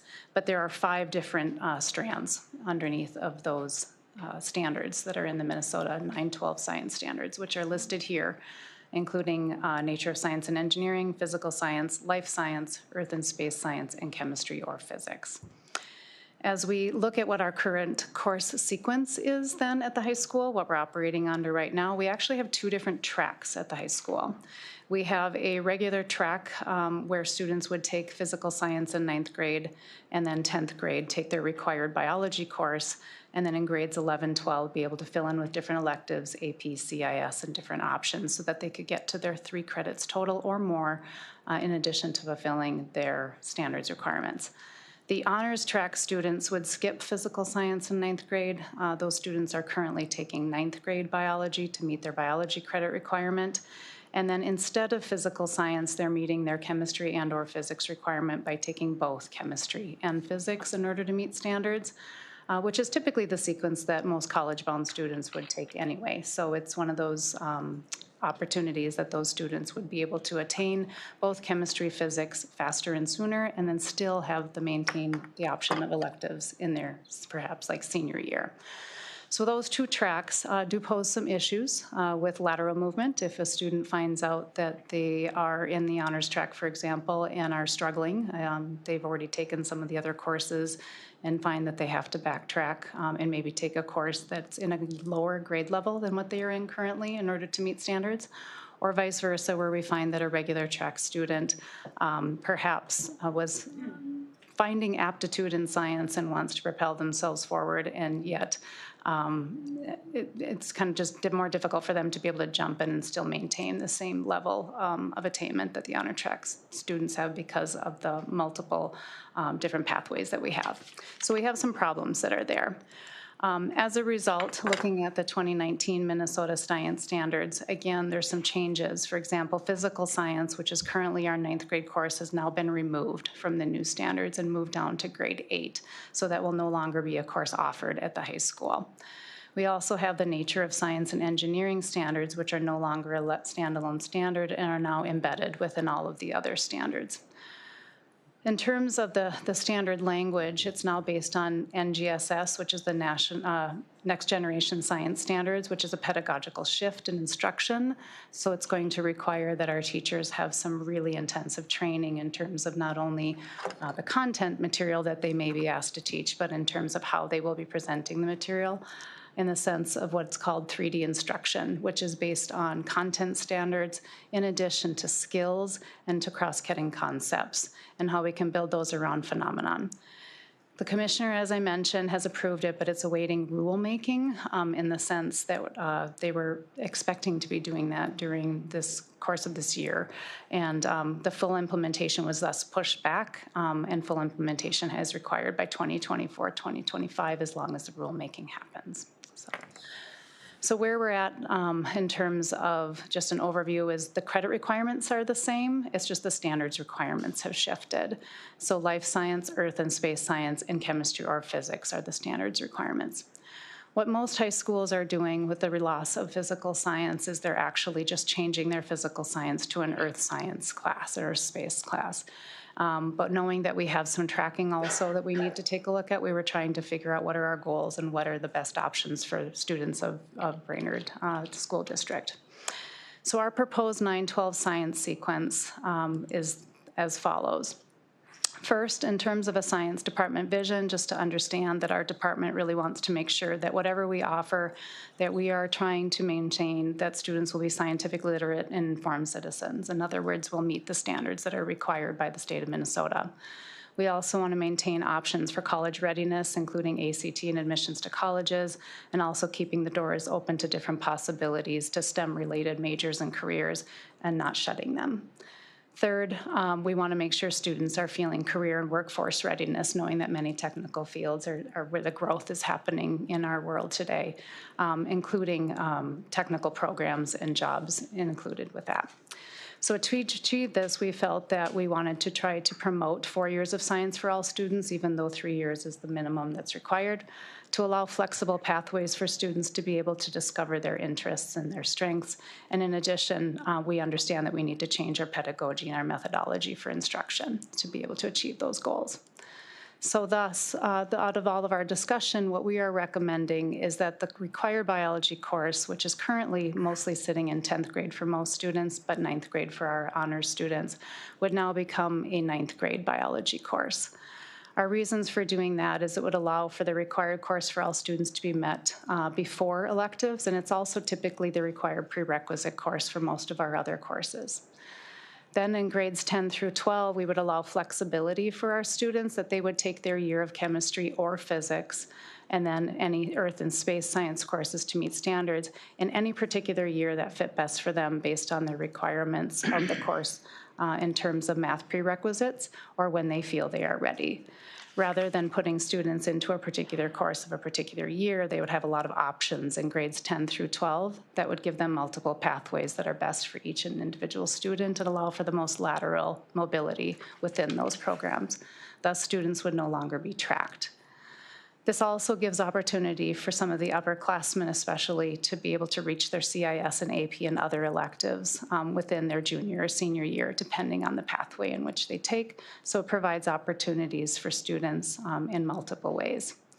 So over on the right, we don't need to necessarily belabor all of those comments, but I think if we're seeing there just some of the discussion that our department had in terms of their reasoning as to why we felt that this was a good sequence for our department and as well for our students of the ISD 181. Looking at the bottom here, there is a rigorous course waiver that is allowed, which we've had great discussion over because some students, in order to reach their biology, their chemistry, and their physics, which would be required for some college admission processes, that would only give them one additional year to be able to maybe meet a CIS or elective or an AP course of some sort. Rigorous course waivers are allowed by the state of Minnesota to give an opportunity for students to be waived from certain academic standards that are required for graduation through district developed request process.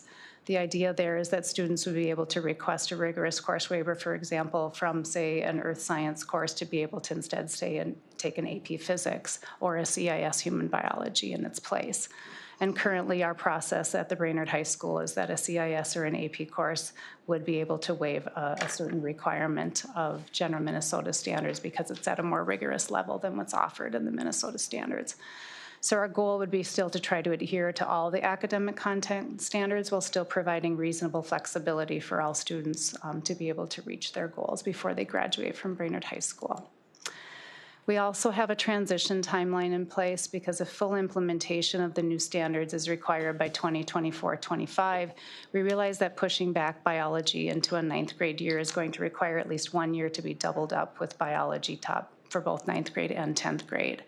It's of our opinion that it would be best to do this the year prior to implementation so that teachers who are not currently teaching biology and maybe asked to do so for a current year are doing that with the support of a staff who's already familiar with a particular curriculum rather than throwing them into a curriculum that is going to be brand new with a new pedagogical shift and that they may never actually end up teaching that particular course again after that time. In addition, in the 2023-24 school year, the MCA Science 3 test is what assesses the biology standards, and that would be based on the old standards for that year, where the new test, the MCA 4, would not be implemented until 2024-25. So we'd be double testing 2 different cohorts of students a year prior to the new MCA test. So we are asking, I guess, for today is for approval of the process, or excuse me, approval of the proposed 9-12 sequence for science courses, including putting required biology course in the 9th grade year beginning in the 2023-24 school year. And we do have additional rationale based in research if there's any further questions as to the reason for our choices. So thank you for listening and for your time. Right, well done. Thank you. Any questions? Not a question, but a comment. This is so well thought out, and we got to sit in on this in the committee, and just, if you get a chance to look through the rationale materials, the work and the study that you put into figuring out what should go where is just very well thought out. Thank you. And I love the idea of putting biology in the 9th grade level just to open up all those opportunities in those later years without putting folks on a certain path. I think the opportunities that gives all students access to is very different than what we have today. And today we've got awesome opportunities, but it gives all students something different. So. Yes, thank you. Well done. All right. So, any other questions? Okay. So, can I have a motion for approval? Second.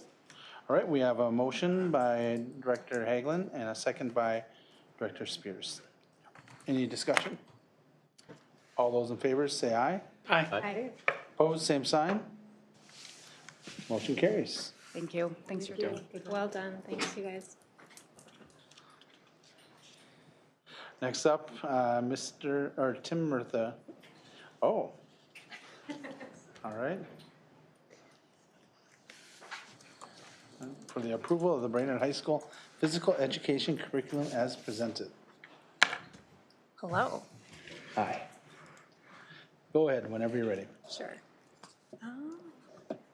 All right, so I'm Beth Cooper. I'm the ACOM coordinator and secondary curriculum TOSA, and I'm here with Jolene Owen from the Phy-Ed department at the high school. So we have been working most of the year with this crew, and they've been amazing. So our design team has been all of the Brainerd High School Phy-Ed health and wellness teachers, and then myself, Christina Lundgren, who was just here, and then Tim Murtha's been here to support us as well. So we have, again, 5 standards in Minnesota for physical education. And so you've seen these before because they went through DAC. They were the same ones that we had at the elementary level a couple months ago. And then we also have our national health education standards. So Minnesota doesn't actually have standards of their own. We rely on the national health standards for those pieces. So as we move forward, one thing that we wanted to kind of talk about was the course sequence at the high school. So all students are required to take health, wellness, and fitness. So in that course, and then between that course and then one required elective, they need to be able to get all of the required standards and benchmarks, because anything beyond that, so if they take sports and fitness 2 or lifetime fitness, that's an extra. That's something that they're taking on their own time because it's something that they enjoy. Am I missing anything, Jolene? No, and then for the requirements for Phy-Ed and health, they need 2 to graduate. Yes. So, but you can see that we have a wide variety of courses for the students to choose from here. I think that's something that our department takes great pride in what they offer. And I think they've really gained a lot of interest from students as well because they've had so many different options for students. Our process through this was to prioritize our benchmarks, write student-friendly learning targets, and then develop assessment rubrics for our work. The next piece of this that going forward will really be that we'll be bundling those benchmarks together into units, discussing the development of curriculum that's equitable for all students. So really thinking about how culture, socioeconomic status, the impacts of COVID, we're still seeing those, and disability might affect our students, and then determine resources based on that. So this group was phenomenal, and they decided that they really wanted to streamline everything. So we have the same 6 benchmarks. So whether you're taking yoga or sports and fitness or strength and conditioning, you're going to be really focusing in on the same 6 benchmarks all the way across. And what that allows the team to do is when they're comparing assessments and things, they'll be able to talk about the same benchmarks.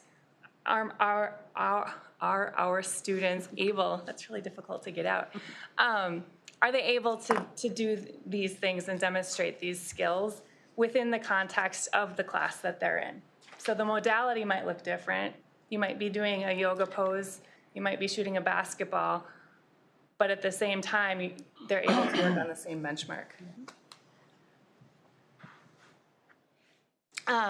So our assessments are going to look essentially the same, but they'll be different. So obviously in sports and fitness, you might have to kick a ball. In strength and conditioning, you might have to do a bench press. So we were able to, again, this probably looks familiar because it's similar to the elementary rubric that we designed, but again, looking at what are the things that make a good kick or a good skill in sports and fitness, whatever the sport is, and then in strength and conditioning, what does a good bench press or a squat look like? And being able to see those things. One benchmark that was a little bit different that is across all of the different courses is for them to design a fitness program. So the team did design basically a type of assessment where students would be able to create a fitness program, but related to yoga or strength and fitness, or if they're doing outdoor adventures, if they're doing any of those things, they can design a plan that would be appropriate for the course that they're taking. And then this one I pointed out because it is the same across all of them. So being able to use the equipment properly, this benchmark reaches across all of them, you know, just being appropriate, under control, being safe, and knowing the rules of the game or understanding the rules of kayaking or rock climbing or whatever it is that they're doing. And then the District Advisory Council had some questions that the FIAD teachers responded to, and then I asked Jolene maybe to talk about those things tonight. So our group got together, our FIAD team, and we went over these questions together, and I'll just go over the answers that we discussed. Do students understand why physical fitness is necessary, and how do you teach that? We definitely believe that students think that physical fitness is necessary. We talk about the importance of movement and exercise, and we talk about many ways there are to maintain and improve fitness.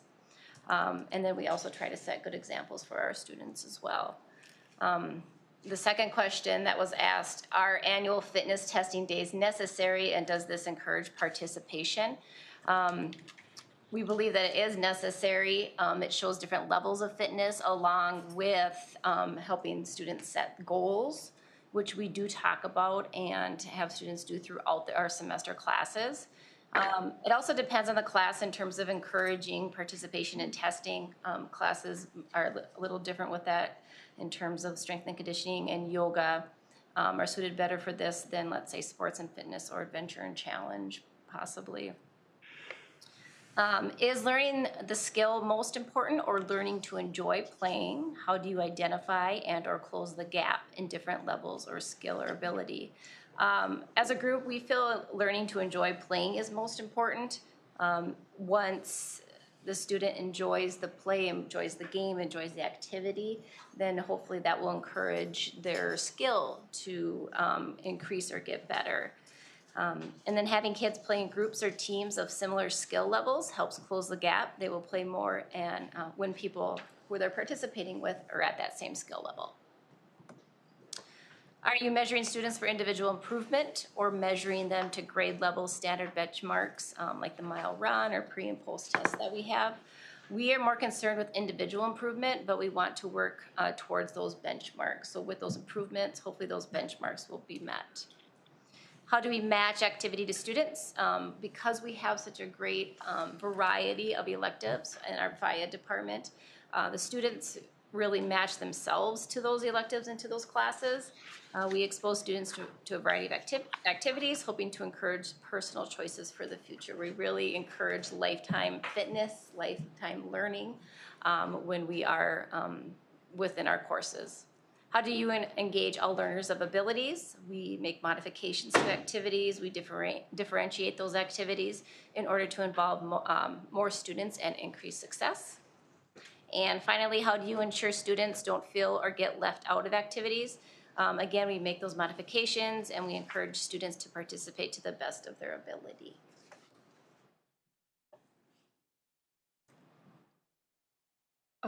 Is there more? Yeah, there were more. There were 3 pages of them. Yeah, sorry. Right. 3 more, I guess. What do you do if a student physically cannot meet a benchmark, or is it just not coordinated to do a standard well?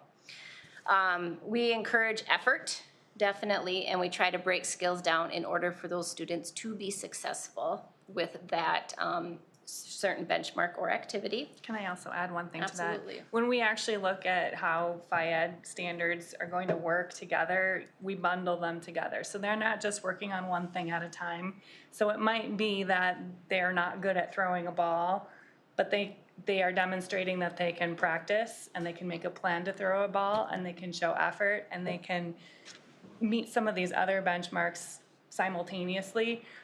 So that's one of the pieces of this too, is it's not just necessarily one thing at a time. Correct. It's not just you can't throw a ball, you don't have a chance in FIAD. Oh. So, go ahead, sorry. That's all right, thank you. What gaps were created by online learning and how easy or difficult to identify those? it's easier to see those gaps in the younger students, I guess, for us as they were, like this year's, the younger kids, probably behaviors were a little bit more difficult.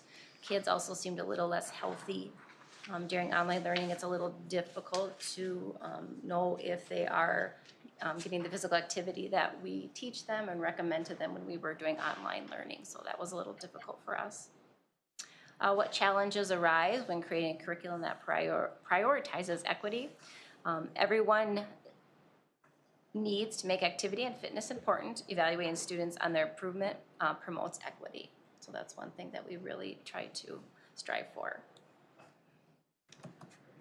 So that's all we had for this. Do you have any questions for us? All right, thank you very much. All right. So I guess we're here for looking for approval for the curriculum as presented. I'll make a motion to approve the curriculum as presented. All right. I'll second it. All right, we have a motion to approve by Director Spears and a second by Director Boyles. Any discussion? No discussion? All those in favor say aye. Aye. Opposed, same sign. Motion carries. Good job, thank you. Thank you. Thank you.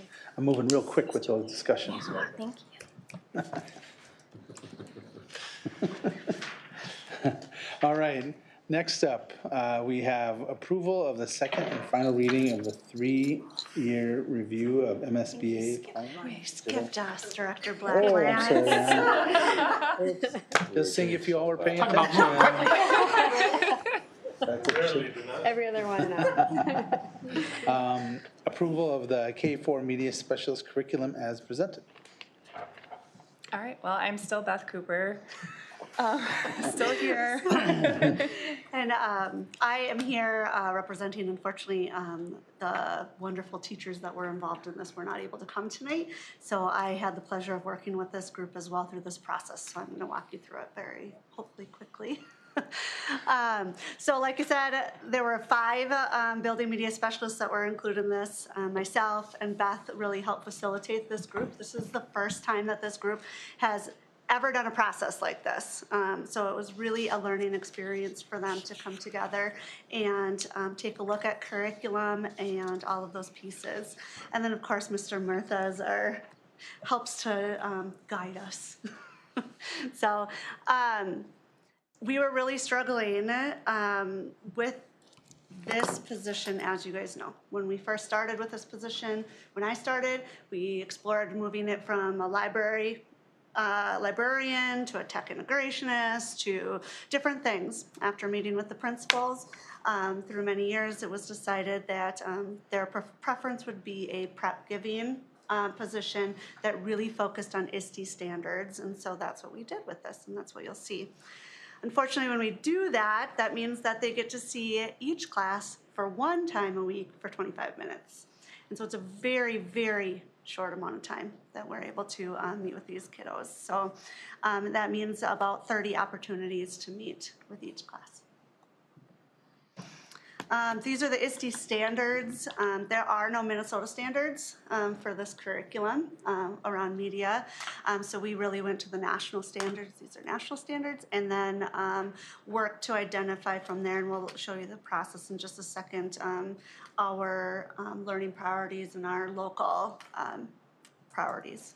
But just to point out too, that with 12 standards and 6 to 13 benchmarks, and not really, I mean, there were bands, so, but it wasn't like assigned to a grade. This team has taken on a huge, huge project with this, and they've done an incredible job of identifying where we're going to be teaching these, and I'm excited to see how they do it in the end. Oh, go ahead. So studied the ISTE standards, started there. Like I said, we prioritized which standards for each grade level. Then the group wrote the learning targets in education, kid-friendly kind of language, which you'll see on there. We did start developing our assessments, which is something that we've done since we developed this for DAC. And so really looking at rubrics, since it's really a demonstration assessment in a lot of these areas, looking at rubrics and how we can quickly assess whether a student has this or not, since we only have them for once a week for 25 minutes. So how can we quickly see where they're at with these standards? And then after we do the assessments, one of the things that we're really going to be focusing on is the resources that we use, and just thinking about resources as far as choosing things that represent all of our students, and then also making sure that it's accessible. So thinking about font size and color, options for navigation, whether it's a mouse, a trackpad, a keyboard. Can they tell the computer what to do with their voice? Does it have closed captioning or can you get a transcript of things that are being said? And then just, does it work with assistive technology? So we really want to make sure that all of our students are going to feel included and have access to these resources. We touched a little bit on this already, I think, with the assessments. So the priorities, yeah, go ahead. Well, these are the ones that we showed just a second ago. They are. Until we practiced this. We did. Sorry. And so one thing that we really want to point out, though, is the digital citizenship piece, that we have a digital citizenship piece through every single grade level that looks the same in every grade level, but the learning targets vary a little bit. But so basically it's I can take care of my device, I can respect and protect myself when using technology, and I can respect and protect others when using technology, and that all goes back to our acceptable use policy that the board has approved. And so one of the resources right now that we've been relying on, just looking at, was Common Sense Media, and I know that Sarah's put that out there quite a bit. But they do have a lot of great topics across age level. Just thinking about how we treat people in person and how we would treat people online shouldn't be different, and it should be kind and respectful and responsible. And we do also bring up being, how do we protect others and ourselves online? So those are two things that I really wanted to make sure we pointed out, that we start in K through 4. These are all in your packet. I encourage you to look through them. It was pretty exciting to watch, like we said, the team really get this down into something that was manageable but meaningful and would build throughout K4. One of the things that we have struggled with through the years is that we're not necessarily sending all of our students to 5th grade with the same technology experiences, because we are doing it differently at each building. With this now, we'll send them all with that same experience. So our 5th grade teachers know what they can expect from students with their technology use. Did you want to talk about the bands at all? Kind of like. I don't think we need to. You guys can read through it. I mean, it's really, this is kind of the fun part, right? Where they'll culminate from coding in kindergarten, 1st grade, little mice and stuff, to all the way to solving a problem using a 3D printer and actually 3D printing their solution to a problem. So you see that as you read through that progression. So, any questions about the media curriculum? I'm going to boldly predict that these folks are going to have a bunch of Forest View folks looking for them to give them hugs. Right. Because I think it's true, and through no one's fault, but there's just inconsistency, even from what kids learn at home and have learned in the elementaries and what they bring with. So this is fantastic. They're all going to show up with the same level. From an equity piece too, that not every home always has technology at it. So I think the fact that we're doing this at school and we're putting a device in every child's hand, you guys are so wise to be making sure that they know how to be responsible for and use that device. Yeah, and I would like to add to the equity piece too. I'm really excited, and what the team was really excited about was that as a district now, we have guidance on where to put our resources, right? So not just certain school has Sparrows, but if that's part of what we decide as part of this curriculum, every elementary building in our district will have access to those resources. Awesome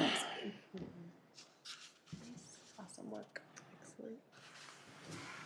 All right, thank you. Any other questions for these two? I'd move to approve the K4 Media Specialist curriculum as presented. Second. All right, we have a motion to approve by Director Sjogren and a second by Director Hagelin. Any discussion? No discussion? All those in favor say aye. Aye. Opposed, same sign. Motion carries. Thank you very much. Thank you.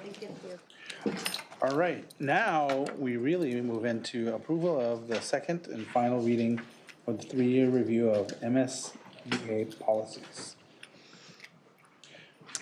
All right, hello again. So we have two policies, the policy 518, the do not resuscitate DNI orders, and then policy 530, the immunization requirements. These policies are proposed for their final approval as it is their second reading, and no changes have been requested or made since the acceptance of the first reading on April 28th.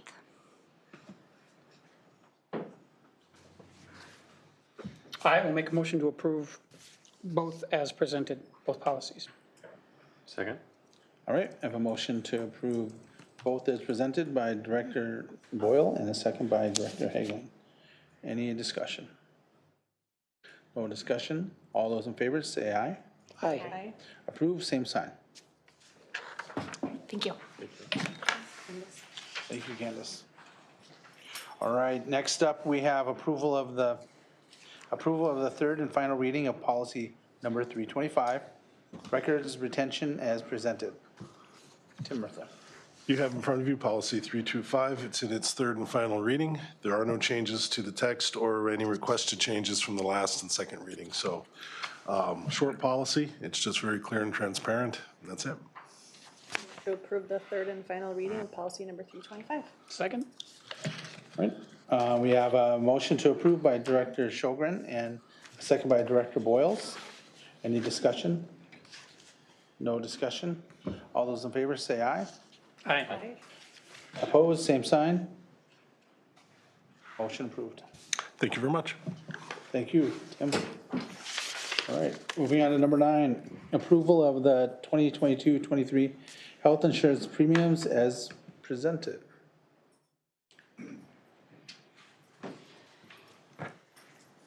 Good evening. Good evening, Heidi. So number 9, our health insurance premium. So the recommendation, this was based on a review of claims that took place on May 9th. Our National Insurance Service has recommended a 0% increase into our premiums for the 22-23 school year. Following that review of claims that I said on May 9th, projected claims for the next fiscal year could warrant a 0.16 increase. However, due to the reserve fund, which currently is at 55%, and the recommended reserve is between 30 and 40%, the minimum increase to premiums for this purpose is not advised at this time. The review of current enrollment and claims experience, along with the recommendations, is attached into your packet.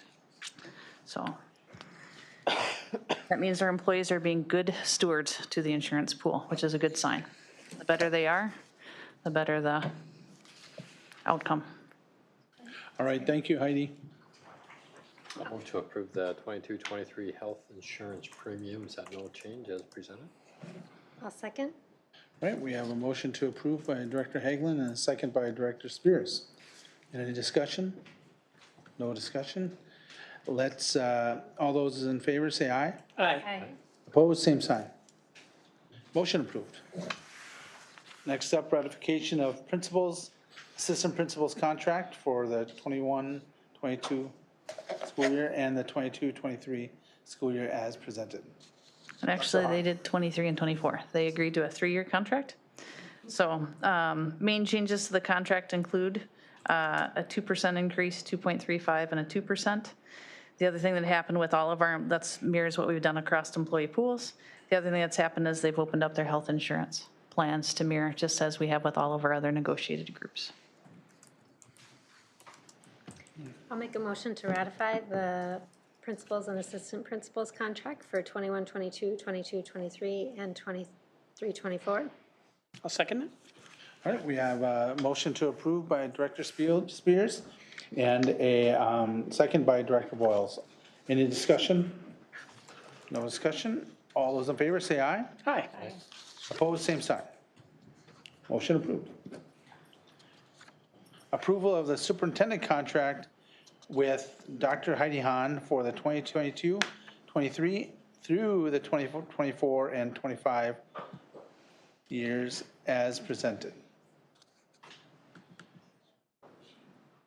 I'll move to approve the contract as presented. I'll second. We have a motion to approve by Director Boyles and a second by Director Shogan. Any discussion? I have just one quick item. As I'm sure anybody that cared to review our last meeting on when we debated and deliberated on these hires. I just, more for the record, to say that although I was one of the two that did vote for Eric Schneider, I couldn't be happier that Dr. Hahn has decided to take this position with our school district. My main reason for supporting Mr. Schneider was that I felt it would give the district an opportunity for a certain amount of grace and a certain amount of a honeymoon period to allow progress on certain things that I felt that maybe we'd be challenged with. But now what I would like to do is I would like to challenge myself, and in so doing perhaps challenge the 6 of us that sit on this board, and by extension, challenge the entire community to give Dr. Hahn that same grace, that same honeymoon period, and that same support that any of you that felt like I did that Mr. Schneider would have brought some of that to the table. I believe that Dr. Hahn not only will benefit from that support, I believe that she deserves that support. And she has it from me without equivocation. I'm delighted to vote for this contract tonight. Thank you, Director Boyles. Well put. All right. So do we, just remind me, do we have a, We have a motion in a second. a motion and a second? And then I forgot to write down, who was the motion for that again? Me. Okay, motion by Director Boyles, and then second by Director Sjogren. So, any other discussion? No discussion? All those in favor, say aye. Aye. Okay. Opposed, same sign. Motion approved. All right, thank you all. Next up, we're moving along. Number 12, approve a special school board meeting on Wednesday, May 25th, 22 at 1 p.m. Oh, interesting. Yeah. It's special. I will move to approve that meeting. I'll second. We have a motion to approve, we have a motion to approve the May 25th meeting and a second by Director Sjogren and a second by Director Spear. Any discussion? Just that I will be out of town, so assuming we have a quorum, we've checked schedules. I can be there. I can be there.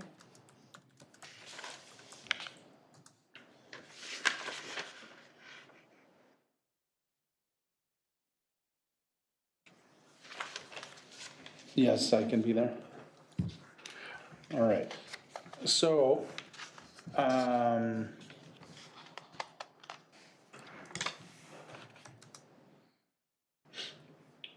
then so with the motion and all those in favor, say aye. Aye. Aye. Opposed, same sign. All right, motion carries. Thank you, everyone. Now we're on to the informational portion of the night. Brainerd Public Schools Foundation, Janice Shogan. Yeah, 3 quick updates. The scholarship recognition night is this Wednesday, so those seniors who receive scholarships have been notified and are invited to please attend, and often they'll get paired up that evening with the person or the business that sponsors their scholarship, so it's a neat night to make that connection. And just a way to celebrate and congratulate our seniors as they go off to that next step. The BPSF awarded over $150,000 to about 160 students, so what an awesome resource for our students. BPSF is also hosting, this is new, it's happened in the past, and BPSF has kind of picked up the ball on hosting the Retired Teachers Luncheon. And that's going to be on Thursday, June 9th at the Gather on 3 event space. 500 retired teachers have been sent invites to the event, so we'll see how many are able to come back and kind of reconnect, and we can thank them for their years of service. And BPSF will be adding to the Warrior Spirit store, new wear, you know, so I brought mine tonight to show you an example of what you can get downtown at Visit Brainerd. Or another location is Notch 8. They've asked to partner with us. We thought, well, how great to get another spot where people can pick up warrior wear because, you know, Visit Brainerd follows downtown business hours, which is great. Notch 8 has a little more expansive hours. So when people ask us where they can get warrior wear, it's now those two places besides also the warrior outlet at the high school. That's all I have. Thank you, Director Sjogren. Now we have the business services report. Marcy Lord. I asked Heidi to play music, but she didn't. In there is your enrollment report. So since the beginning of the year, we're down 101 in K through 12. In the prior year, we were down 90, similar comparison, and then 74 and 119, so an average of 94. So we are a little bit higher, trending a little bit higher than the average, but hopefully we can see how this shakes out and compare it to the budget. So now our MARS coordinator will do submissions and actually have this data converted to ADMs. So right now we're looking at just head counts, but we will convert these to ADMs and then I'll be able to report back on what that actually looks like compared to our budget. The second page on here is throughout the superintendent interviews, we talked about, you know, enrollment and marketing and all of that. So I put together this document and I'm hoping in future meetings to continue just to share data. And you guys can tell me if you want more detail, less detail, or what kind of questions, or what evolves from that, I guess. So this, very top of it is residents enrolled elsewhere as a summary. And you can see that charter, options elsewhere, and then tuition. And then below that, I actually break out the charter. So from 2011-12 to now, I did the last 10 years, our residents that are going somewhere else is up 279.39. We have people going to other areas.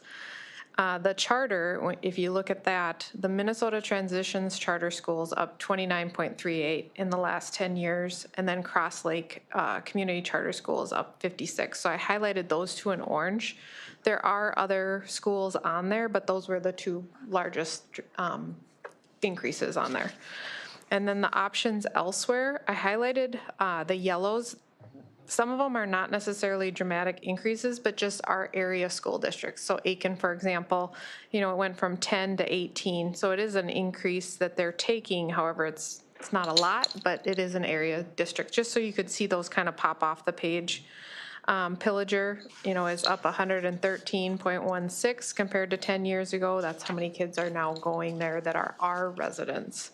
And then Crosby Ironton, same, it's up 24.98 from 10 years ago. And you can look at the data on that.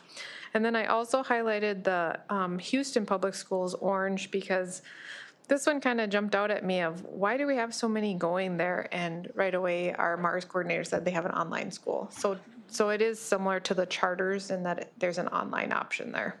And that's why they're pulling in so many ADMs.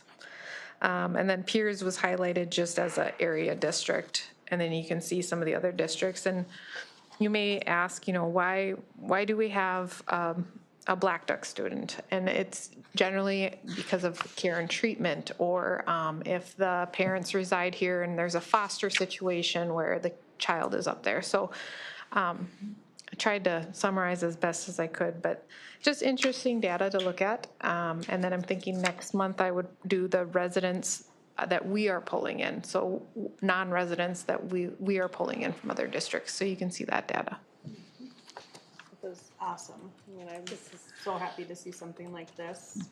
And I think we should, I don't know what we should do with this, if it's a full board or at least a committee, and I'm sure there are plans in place and you all look at it, but I'd love to see at least a couple of us engaged to digest this a little bit and then make a plan going forward. Because I think there's been a lot of assumptions about where students are going, and I think this really shines a light on some of those assumptions might not be accurate. Yeah, and this is a summary. I mean, it can be pulled out by grade level. It can be, there's all sorts of ways we can run this data. So that's great. Thank you. Yeah. Really useful. Thank you. And then I also have the financial report in there. Nothing really to note on the general fund. Food service is up 10% compared to last year. However, when you look at more normal non-COVID years, we are actually tracking under. It was 75.31 in the prior in 1920. And then same with community service. We're up about 3.81. However, when you look at 1920, it was 66.01. So we're we're starting to get a little more normal in those funds. And then nothing else really to note on that. Any questions or comments on that? Okay. Thank you very much, Marcy. Right, next up, the superintendent's report. Right, just a couple of things, and it's mostly all the excitement that's happening over the course of the next couple of weeks. We do have some more grand openings this week, which have, the dedications have been going just fabulously. I think they've been a lot of fun. Tomorrow morning at Riverside at 9, and then on Thursday, Baxter dedication at 9 o'clock, and then the following Tuesday at Garfield at 9 o'clock. And then the next Friday at the Warrior Early Learning Center at 9 o'clock. And then we'll be done with all of those. Tomorrow, we have the Equity Task Force again, so we look forward to gathering and going through some of the work that Candace and brought forward tonight, and that will be awesome. So then the special school board meeting on the 25th at 1 o'clock. Please mark your calendars for graduations. Hope all the board members can make it.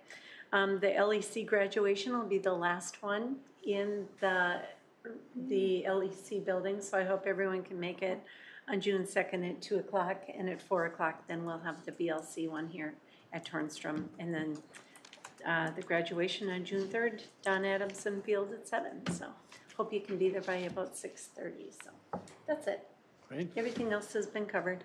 Can I just say hats off to the folks who are involved with prom? I mean, having a senior and just seeing those kids grace the stage of the Gitchizebe, and just when you hear about prom going off and students gathering, having a great time, and just like whoever, I don't even know who's on the prom committee, I'm sorry to say that, but thanks to those who were. We also have the June 15th, 2022 Superintendent Larson's retirement at the Gitchizebe Center. Yep. Right. So, yeah, I'm excited about it. And then the Sourcewell Leadership Reagan's on the 20th to the 22nd. Do I have a motion to adjourn? So moved. All right, so moved, motion to adjourn by Director Shulgren. Do we have a second? I'll second. Second by Director Spears. Any discussion? No discussion? All those in favor say aye. Aye. Opposed, same sign. Motion approved, and we are adjourned.